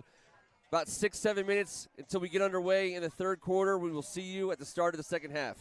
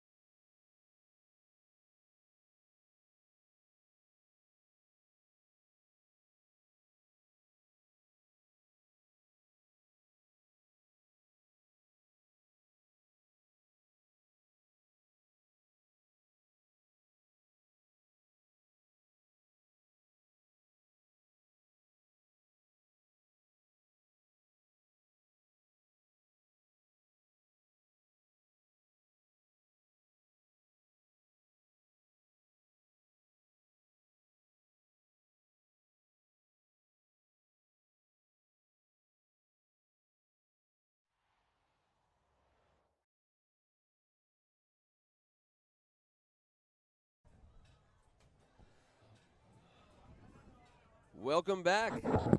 Got about 3 minutes or so here until we get the second half of action started. St. John's College High School with the Cadets hosting the Lewis Bennett Tigers all the way down from Buffalo. I love when these schools make the trip down. They get a chance to visit the city. The whole administration makes it down. Principal Sales, he's still walking around here. A lot of parents down here from Buffalo. We welcome all of you to Washington, D.C. and the WCAC Week 2 for First Amendment Sports, the St. John's Cadets. As they come out of the locker room, staked to a 21-point lead. They'll be on defense first. Story of the first half. Let's get it started with Naeem Woods. Let's throw some flowers his way. He played with a lot of poise. He made some absolute killer throws. He stayed within himself. No turnovers. For a sophomore quarterback making his second start, he checked all the boxes coming off of a tough game last week. Yeah, I think Antoine Bailey is super pumped about that performance out of the young sophomore. Not only just for the things you just said, and boy, did he have some dimes, and didn't he take the ball and show some touch and make different throws all over the place, but checking down 2 or 3 separate times on 3rd and 20, knowing it was 2 downs, checking down to the flat, letting your guy go make a play, getting us into a 4th and 5, and ready to make that next play. That's big time. That's the big progression. That's watching a young man grow up. That's a young man maturing at his position with only 1 start under his belt, this being his second. We knew that's kind of what we were going to see from week 1 to week 2. He's eliminated some of those just early jitters of first starts, double pumping in the pocket and staying in. He's flushed out. He's down. He's got his head down the field. He's making plays. He's making good decisions. I mean, those are the things you want to see from your young quarterback this early in the season. Yeah, the wow plays are spectacular, but the wisdom we saw in that first half. On the defensive side of the ball for the Cadets, it begins with Tyreek and it ends with Tyreek. His Boney and Hayer showing why, we started this season with our eyes peeled on number 2 and number 7. Boney on the defensive line, making his presence felt all first half long. And Tyreek Hayer, he's not going to ever miss an opportunity to show up on the film. He hits with a ton of power, and one of the leaders on this defense. How about some of the plays off the edge that Tariq Boney has made at the line of scrimmage? He is a major factor in this game, and what he's dictating what they got to do offensively at Lewis Bennett right now, and they did a great job chipping on him, and I think you have to continue doing that. And you're giving up a ton in your offense, but guess what? Number 7 is not going to be camped out in the backfield. So, it's give or take there, but that's the position that number 7 puts you in. Tariq Boney at that level of if you defense. don't put 2 people on him, he's going to make it a lot worse for you. Go the other way and do it quickly. He's going to make it a lot worse for you. Yeah, agreed. And let's give some credit on the other side of the ball where the credit is due. The toughness of the Tigers in that first half. They've really, got about a handful of young men that have really come out here and shown that they can hang. They've just got to put something together that gives them a little bit of confidence. I think what we're seeing offensively for the Tigers is what we saw from St. John's last week. A couple of missteps here, a penalty there, kills your drive. You're not able to get any momentum on your side. I think what they want to do is take this ball in the second half, try to get that momentum, get those positive yards, get those positive plays, and gain some confidence and see if they can't climb back into this ball game. Jordan Freeman, the quarterback for the Tigers, showed a lot of poise, got the ball out of his hands, was mobile and active. He's just up against it from this Cadet attack from the beginning. Ryan Lawrence, number 7 for the Tigers, worth the price of admission. He's electric. You can see right away why so many people think so highly of him. Noah McDuffie, Jimmy Valentine, some of these other players that have had their names called. Carl Barnes, Jack Estridge. The guys who are going to be, and again, we're talking about, in some cases, upperclassmen, but for this Tiger team, we know that they're young. They got not a lot of experience in terms of senior experience along the line of scrimmage specifically, but a young team and Coach McDuffie, I guarantee you he's going to get out what he wants from this matchup with St. John's when they travel back up I-95. I know he's going to feel good about what some of his players were able to accomplish here today. And if we're talking about some of the players accomplishing things, let's not forget about Brayon Williams and the St. John's offensive line, because, it's nice to see the sophomore quarterback doing fun things, but that offensive line and Brayon and Day, they've been doing this together for the last 2 years, and today you get to see the fruits of that labor. We talked about it last year. I mean, Coach Ward put an incredibly young group of guys on the line of scrimmage, both offensively and defensively, and they come back a year later, man, I tell you what a difference a year makes. Some of these players along the offensive line are absolutely shining early in their, junior and senior seasons. And unfortunately, I'm looking over here and I don't like what I see. Jimmy Valentine, the junior running back and strong safety, coming out with an air cast, a little bit of a boot on his left leg. So we won't see him in the second half. And he really put his nose in there a bunch, especially early in that first quarter for the Tigers when they got that stop against the Cadets out of the gate. Never like to see stuff like that. They're going to miss him big time. Yep. Ken, it looks like the game of cards turns into the 25-yard line for Ruben 25. Kelly Asasi. If you had 25. Winner. Winner. Because he kicked it off from the 40 after Amir Wallace-Jones got that penalty called. I don't understand. I thought they went the wrong way, but I guess we're not supposed to understand it all. Oh, a quick whistle right away. But no flags. No flags yet. Okay, all right. Over, under on flags, second half. 10.5. I've run out of fingers and toes. Ruben will wind it up again. It's a batter called time in his backswing. Ball's fielded. 26-yard line. Oh, Ryan Lawrence. He's galloping to the 45. He puts out a stiff arm. And, oh, man, what a day Kai Connolly is having defensively with the pick, offensively with multiple receptions for first downs, special teams with the tackle. He's everywhere. 14's everywhere. Lawrence, he's galloping. Having a good game. To the 45. He puts out a stiff arm. Out there as well. And, yeah, excellent hustle there, 10.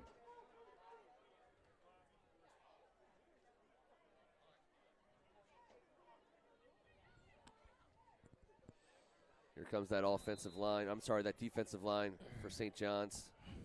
Ray Urquia, yeah, I was going to call Josiah Ampofo. Those guys look menacing jogging Ian out onto Ellis. the field. And, of course, Tyreek Boney. Big Reddy's out there, number 58.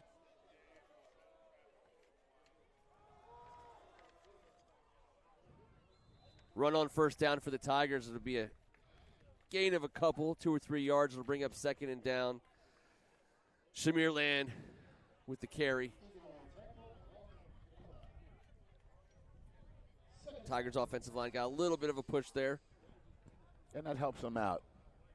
Being able to run the ball effectively, get into that play action, which we saw them use fairly well and get guys open with in that first half on a couple different series.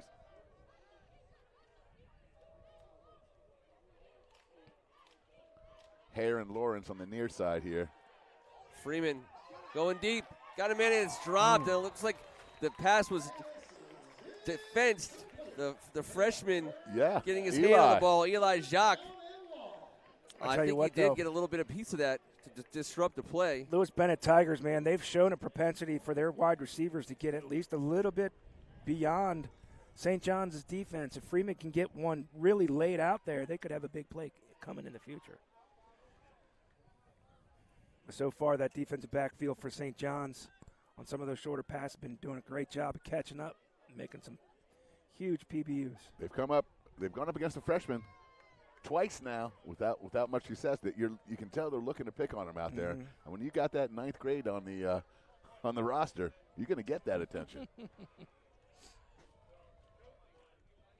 Freeman with the keeper, and there's nothing there as he'll fight forward for about a.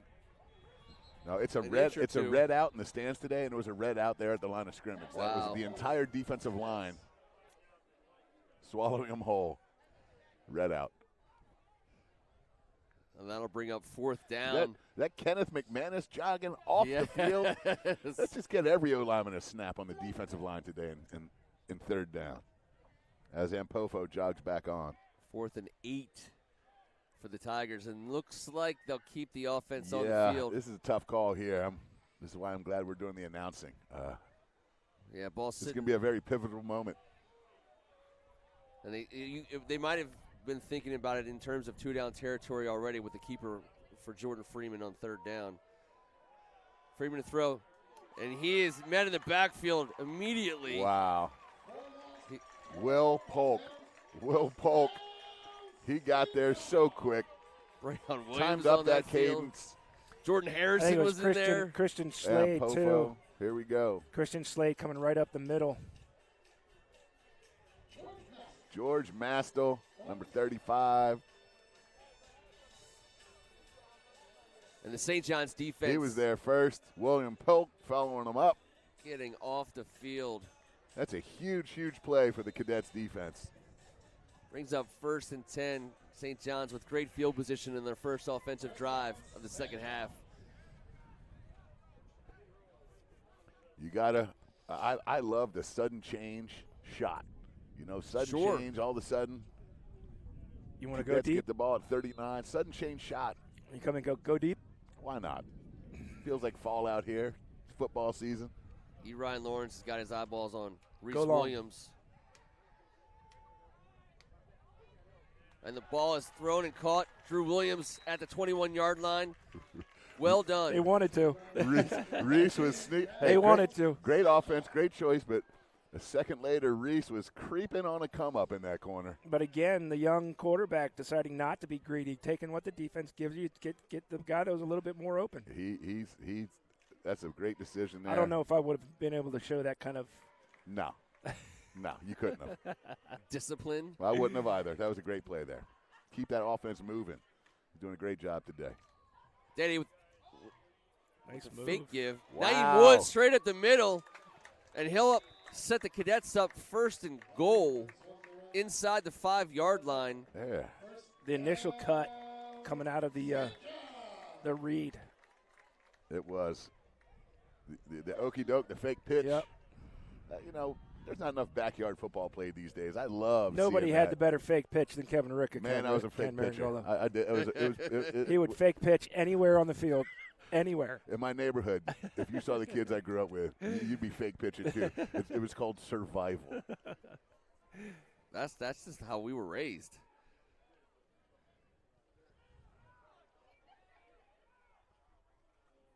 Brayon Williams points upfield, and he puts his nose down. He's going to be right at the goal line. They're calling it a touchdown. Brayon Williams, second of the day.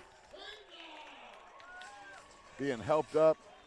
Big number 57, Zach Apple in on the drive that time. 72, A.J. Southard coming in there. Listen, offensive line doing a great job. Kenneth McManus, Jordan Harrison, Adrian Hamilton. These guys have had a heck of a day. 28-0, 27-0 Cadets. Stringer with the kick. Good-looking kick up and good. 28-point lead as Bova drives the cryo machine across the field here. You better watch out. Bova fans. might get a flag today. You never know. Never know. You know what? I want to see them try to flag him.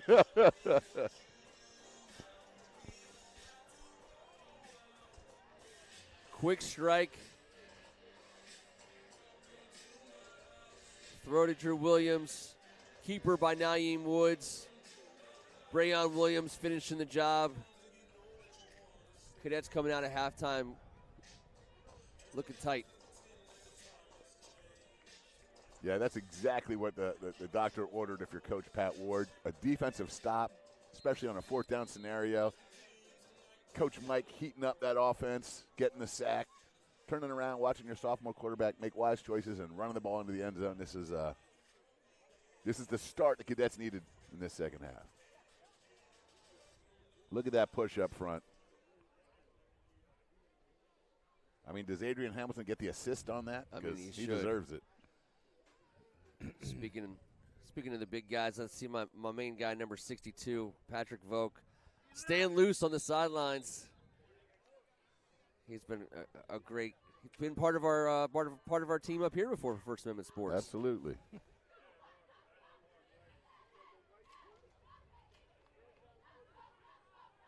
As Ruben Kelly Asasi Another kicks it off. from a different spot again. Ball will bounce up over Jack's head. And he's back upfield. It puts a move on, and it gets back to about the 18, 19-yard line, and that's where the Tigers will take over. Sneaky bounce up and over Jack's head.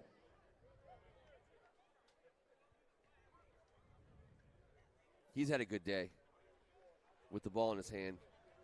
Been able to point himself upfield. 8 minutes to go here in the third.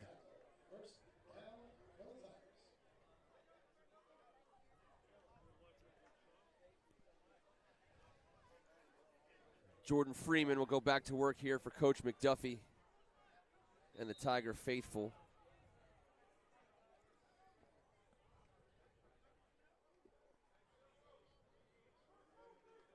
Let's see what we got here.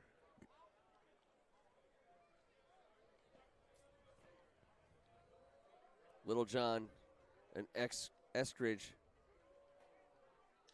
split on either side. Shamir Land checks back in. Freeman under pressure right away, gets it away to Ryan Lawrence. Great. And he's got a good gainer there. There's a flag in the backfield. Tariq Hare coming off the corner so fast. Look at that. Right in Freeman's grill from the very beginning, but does a great job keeping his poise and getting the ball in the hands of his biggest playmaker. Roughing the passer. Roughing the passer. Let's take a look. Can we please take a look at that again? I didn't think he touched him. No, he hit him right when he was throwing the ball. I am not sure what league or what's going on. I'm sorry. I've watched a lot of film in my life. Here we go. This. What would you like him to do? He went high, I guess. This is not the NFL. Stop watching Sunday. It's not the deal. There's nothing. There's not a. That was, here we go. He's going to get him right on the first. I mean, everyone's there right away. Oh, boy. 1st and 10 for the Tigers. Great hustle there. Cooper Haran getting after it, retracing. Freeman, quick throw. Gets his man complete. Travion Grable, the senior wideout for the Tigers, makes the catch. Good ball placement there by Jordan Freeman, especially under duress. Got a timeout on the field. I believe this is the deepest the Tigers have been all day. This kid's been super tough. Jordan Freeman has stood in the pocket. He has taken some hits. Big, strong kid. Like the way he plays. I believe it's his first start. Yes, it is. Well. Quick release there. Good ball. Yeah. That's good football. You guys taught me well. Get your back foot down and get the ball out of your hands. Easier said than done when there's a guy bearing down on you, unblocked, coming off the edge 100 miles an hour. And when you step into a throw and put it in the right spot, that shows that he is not afraid. He knows he's going to take a hit. They just had a personal foul called on him a second ago. Whether you liked it or not, he's been taking a million hits today. He keeps on getting up and getting after it. And we love when we get to do this at First Amendment Sports and see quarterbacks coming down here. Last week, Samaj Beals from Philadelphia put a performance on for the ages, broke a Philly Catholic League record. Jordan Freeman today getting his first start. We look forward to watching him progress throughout the rest of the year. And we'll text each other, like, you see Freeman? 3 for 3 in the state playoffs up in New York? Like, this is the kind of stuff that we live for. So, very lucky to get to do it on Saturdays.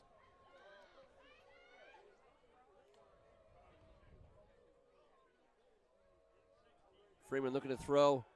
Quick dump off to Ryan, and he fights his way forward for a gain of about 2 yards. Another big-time tackle by Kai Connolly, and if he doesn't make that tackle, there is a whole lot of real estate and open field on that crosser. You have to make that play. Yeah. And he's been making plays all day long. Just Ryan just kind of scats out over the right side for the quick dump off. They've been working on that right side. A lot of throws that way. 2nd and 9. Freeman to throw. Going deep. Ball's out of bounds. The out of bounds, an extra defender there for Tyler Simpson. It's going to bring up 3rd and 9. I think if it was 2 down territory last drive, it will be 2 down territory again this drive. Watch the pressure St. John's puts on. 3rd and long. and that's why I'm calling screen here, T. A little jailbreak, maybe something in the flat, but yes. The heat has been coming as Jordan Harrison comes onto the field.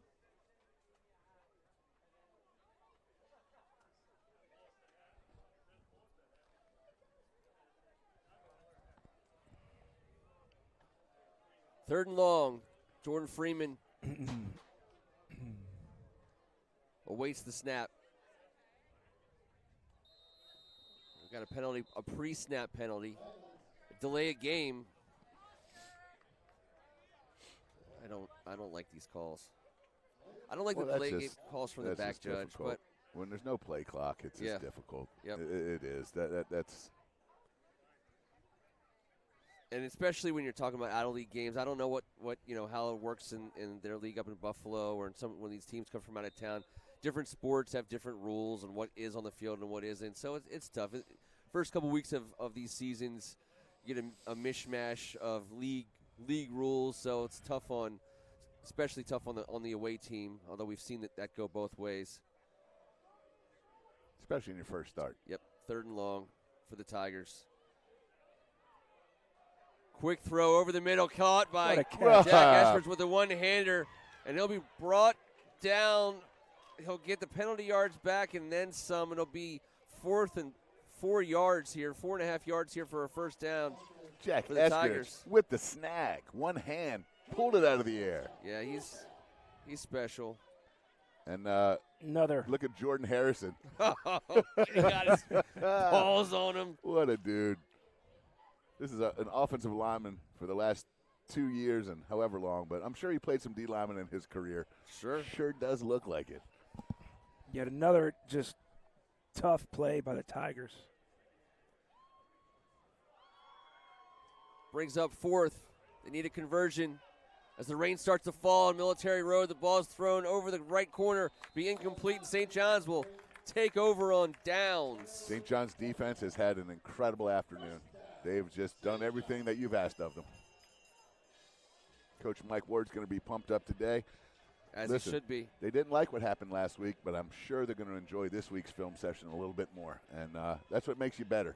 You might as well do it early in the season before things get underway. And they came out today ready to play. The whole St. John's football program came out with a different mindset today, and it's showing up on the scoreboard. Well, as the clouds unload, just a couple of drops here, it comes with a break in the wind as the flag lies limp on the pole here on one side of the field. We'll see if they take the opportunity to put it deep. Break of the wind, huh? The wind is broken. Day. Speaking of breaking, breaks a couple tackles. He runs menacingly. He does. Scary. He's only a sophomore. Yeah, he's. We'll be saying the name Dejon Tally Rhodes a few times moving forward. 1st and 10 for the Cadets.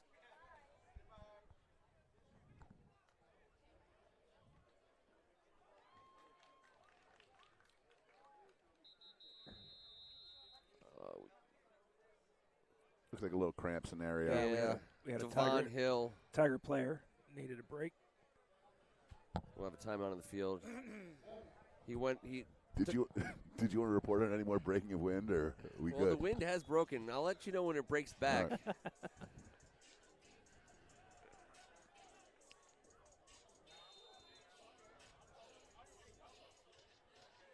Curtis Cross. No one spins him. No one spins him like he does on Saturday afternoons on Military Road. Curtis answered the trivia question. We'll get it out there in a minute. I know. I've been waiting. Want to put a teaser out there? Day over the left side. And he fights his way back for positive yardage. He was met by a couple Tigers in the backfield, and he plowed his way forward for a gain of about 2 yards and brings 2nd and 8. This team from Buffalo, they got a couple names in their past, a couple big names who've matriculated through that school. Kevin always comes with the best information, and we'll have an opportunity here to dazzle you. Throw the question out. Let them think about it for a minute. 4 alums. 4 famous alums. There's more than 4, but the 4 we picked out for today from Lewis Bennett, as Naeem Woods looks to throw. Down into the seam, Reese Williams, and he's on the run, and that's going to be another touchdown. What a ball. For the senior, Naeem Woods, absolute laser dime. And he gets dapped up by his teammates. McManus recognizes. Guys, Reese Williams has started off the 2024 season hotter than a firecracker. This guy is an explosion, and everyone's secondary. Look at the ball, perfectly placed. The senior wide receiver. People better start taking notice. You know, we've been talking about him all summer, and I think Coach Ward was ready to unfurl Reese Williams this fall. What a great start to your senior year. Doesn't get much better than what he's done. How many touches did he have last week? That's two. That's his fourth touchdown. Fourth touchdown of the season, that's right. And we haven't played 2 games yet, so. And Nolan Stringer. And I think that puts him well over 100. He had 118 last week.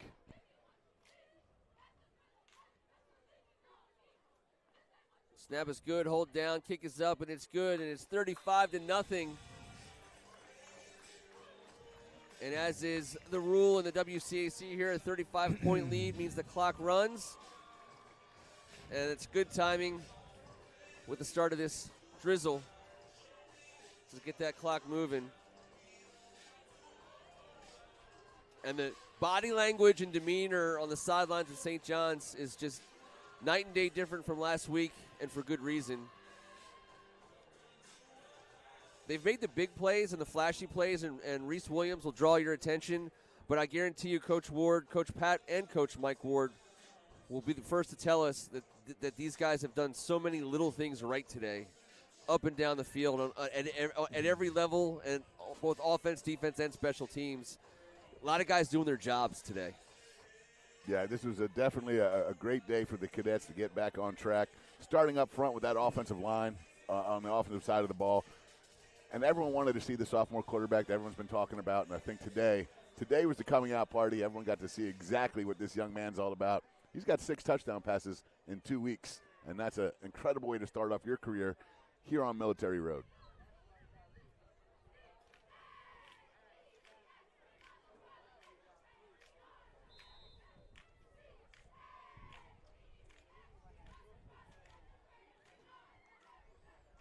Not sure what play that would be, but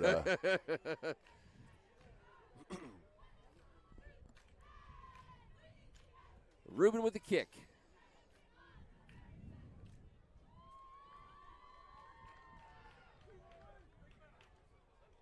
Ryan Lawrence trapped on the sidelines. He keeps his footing, and he'll go out at the 24. And Ryan Lawrence, he's a classy player, a sportsman player. He's had a lot of handshaking and tapping, and him and Tyreek Hare have been battling all day long.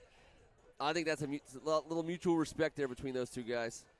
Yeah, when you love football, you know, the best players recognize the best players, and they know. And that's the best part about the sport. The best players always play because the players decide. You know that. Your peers know.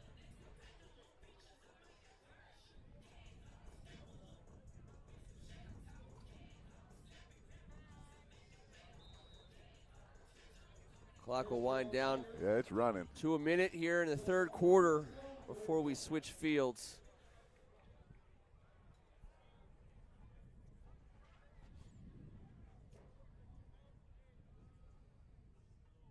You better get this playoff. Lawrence and McDuffie in the backfield with Jordan Freeman.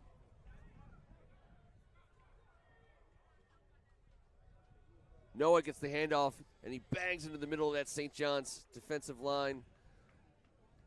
Yards have been very hard to come by in the run game today. That's a hard yard to get. St. John's front 7 has been dominant.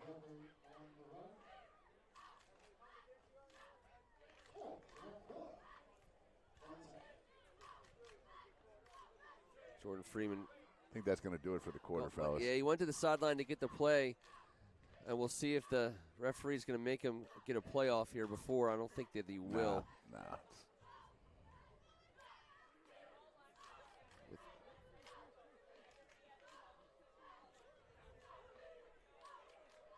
All right, that'll do it. After 3 quarters, the St. John's Cadets 35, the Lewis Bennett Tigers 0. We'll get the fourth quarter started here momentarily. As a programming note, on First Amendment Sports next week. The St. John's Cadets will play host to the Archbishop Carroll Lions, bringing their gold helmets and gold shoes. What a cool tradition. We're going to be missing you for that one. I will be in Kentucky, in Louisville, Kentucky. But we will bring you 3 more regular season games on the backside of that as league play heats up. All on right, the backside of a friendship college. Yeah, let's go. Let's talk about Lewis Bennett, 4 big-time alums. One we saw last night, right, Kev? Yeah, we said Isaiah McDuffie, coach's son, and what a tremendous football player. 58 was everywhere, I said last night. Terrible field. He was one of the very few athletes that didn't look like he was fazed by that. That guy gets to the football. There's no doubt.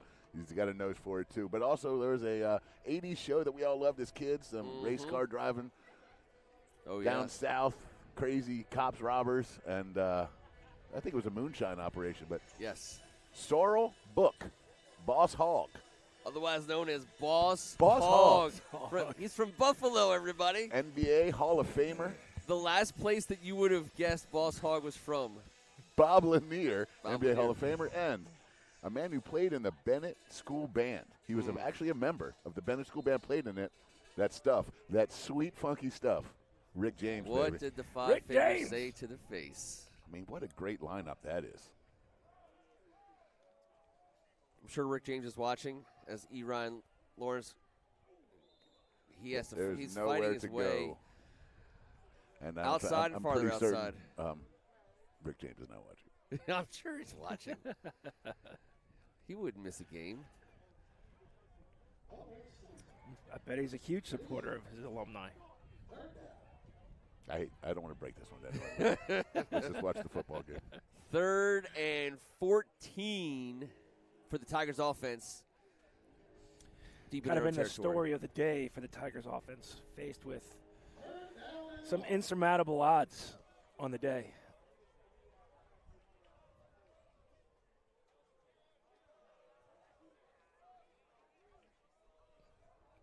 Well, I got to think they're getting rid of this one quickly.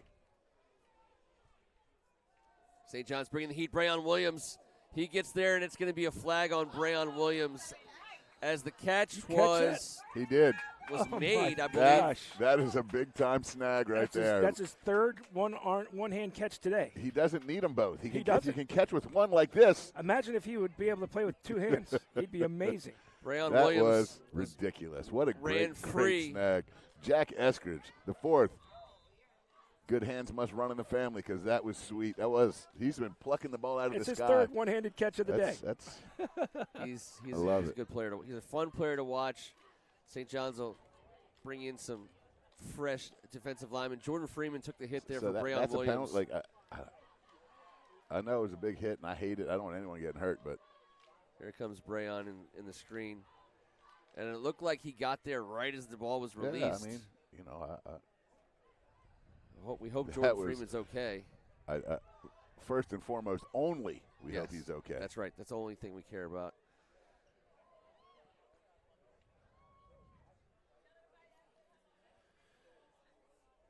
But that's what I said. I think they're getting rid of this one quick because there wasn't enough guys in protection. St. John's brought everybody and went man. Jack Eskridge. One thing I know we won't do is question the toughness of Freeman. Nope. And these Tigers. No, he stood in there all day long. He's up, walking off on his own. Yep. There you go. That's what we want to see.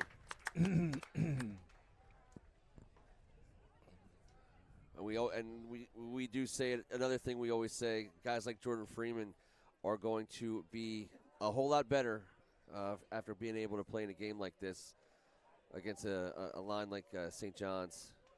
Just the way that St. John's is going to be a whole lot better after facing Samaj Beals. Well, it's one thing to gain our respect, I guess, but he's gained the respect for his teammates. Yep. The way that he's stuck in there and some of the tough runs he's had. I agree. And being the first start, I mean, it says a lot. It sets a tone, I think, for their season and the rest of this young man's career. When the rest of the guys see what he did today on film, I agree with you, T. They will rally because He left it all out there, no doubt. Well, they know now when they go into battle next week, he's going to be someone that they want to follow, without a doubt. And they're going to want to do it themselves too, because they see him doing it. They want to put everything they have on the line. So here we go. We got 13 in the game. I don't have him on our roster. It's an inside handoff to Shamir Land. Ian Ellis, Tariq Boney. 7-58 on the tackle sandwich. I'll tell you the least surprising thing of the day is Jordan Freeman's trying to get his way back into this ball game. Yeah, he is. Got a little breather. We'll see who they come back out with here for this play. Dontre Hampton in at quarterback.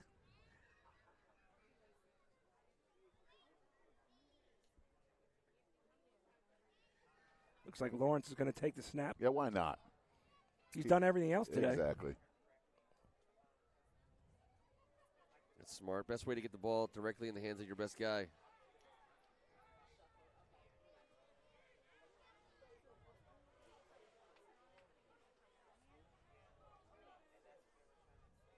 There he goes, off to the left side, running around, and he's going to be dropped for a loss. We'll see who the Tariq Hayer, man. Tariq Hayer, I mean, met him he there. flew up.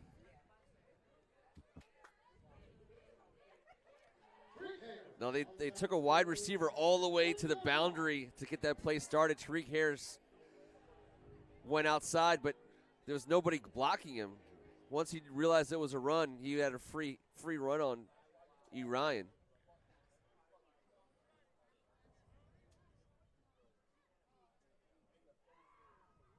And I could have been mistaken. I might have been confusing Jordan Freeman with Noah McDuffie trying to get back in this game. And a third different quarterback.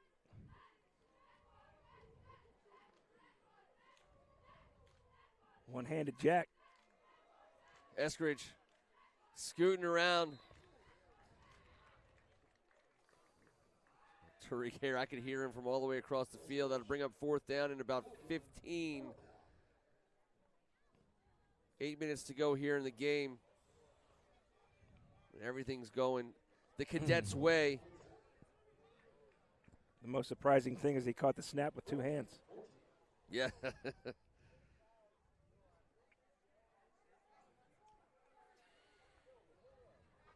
Gizubiza will be back on the field. And Reese Williams at his own 24-yard line. You know he wants a chance to return this. Good snap. Kick is up. And it'll hang in there. Bounce around inside the 35, and they'll down to the 34. And St. John's will take over with just over 7 minutes to go in this game. I think we might have a switch of quarterback for St. John's here. We're looking to see who that might be. I think it's going to be Drew Williams. He was warming up on the sidelines. It is Drew Williams. He's coming in. He'll go under center here.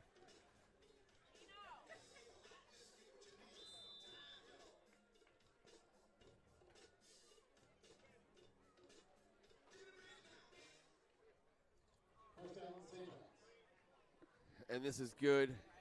Give him a chance to run some of Coach Ward's offense here.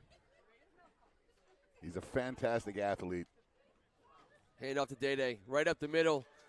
He's untouched for 15 yards. It'll be first down. Untouched for 10. Pickup of 15. Ball sits at midfield. First and 10. Yeah, he wasn't down in a touch game on that run. It was nice of his dad, David, come up, give us a handshake before the game.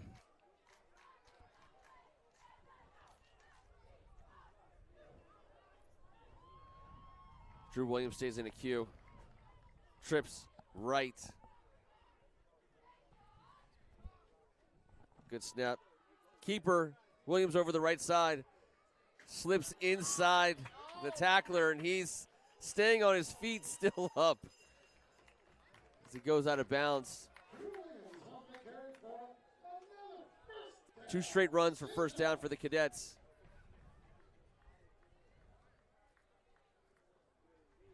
No, I'm corrected. It was Dave, it was Panky's father. I'm sorry.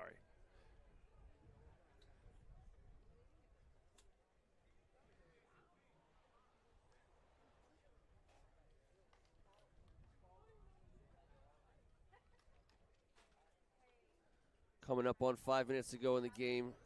St. John's cruising here in the fourth quarter. The hometown fans feeling a whole lot better this week as Drew Williams. The hard count, fake pitch right. He looks like he wants to throw. He makes the man miss in the backfield. And he's going to get a gainer as he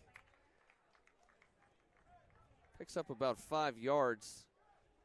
Falling forward. Joseph Littlejohn fell prey to the Kevin Ricca fake pitch. Very, very elusive.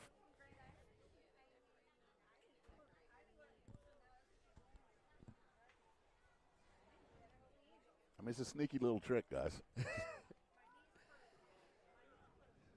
3 way wide to the left. Panky, Wallace Jones, and Hildreth. State A running up the middle. He's got a head of steam. And he'll get stopped just inside the 15-yard line. 1st and 10 again for the Cadets. It's going to be fun to watch this St. John's team over the course of this season. These young guys that are getting a chance to make some big plays. Making them now, and then they'll be in prime position once the WCAC action starts. Lewis Bennett's time out there. Yeah, this is good. Last year, we saw, we know how it works in the WCAC. Guys get banged up, miss weeks. And if you're missing a quarterback, you're missing a lot, and that's what happens a lot in November. So these snaps are meaningful for Drew Williams and for Coach Ward. And offensively, really, for St. John's, it's a whole new crop of star players, right? Beyond maybe Brayon, who's had his share of big plays in the past. But this is the whole new crop of some big-time players for this St. John's team that we're going to be keeping an eye on for the next 2-3 years. They've never been short on star players.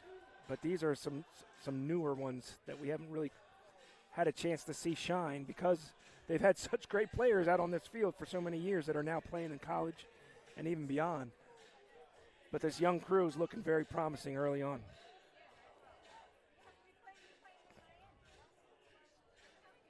Yeah, it'll be a different feel in practice this week, that's for sure. Or you know what? Maybe not. As Kevin explained, I mean, they had a great week of practice this past week.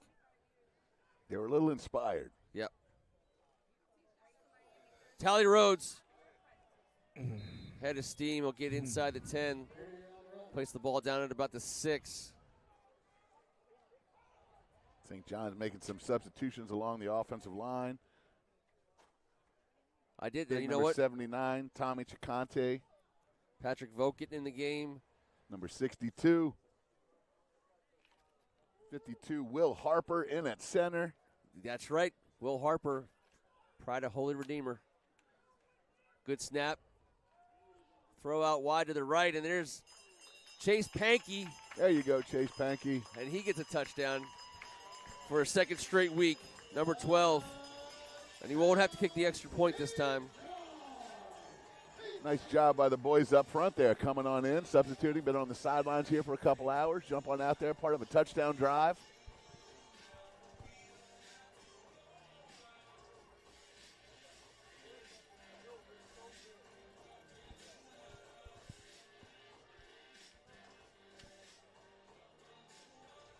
Nolan Stringer on to add the 42nd point of the game.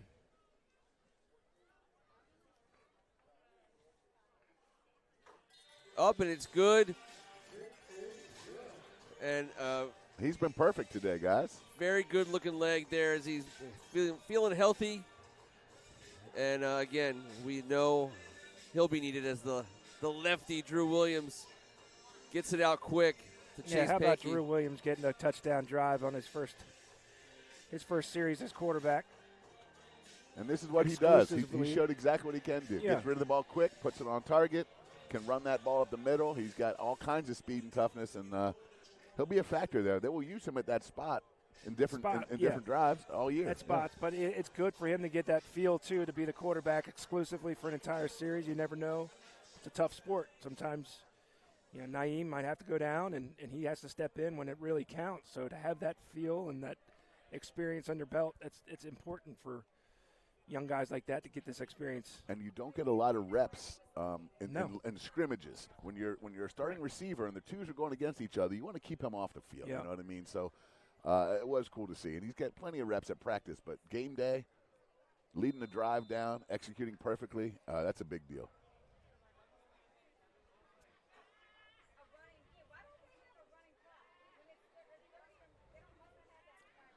No, I think, Eli needs to stay on the field. Yep. He would be their 11th I player. saw you counting.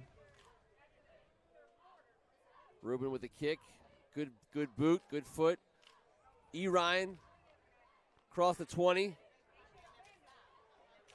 Creating contact, but brought down there.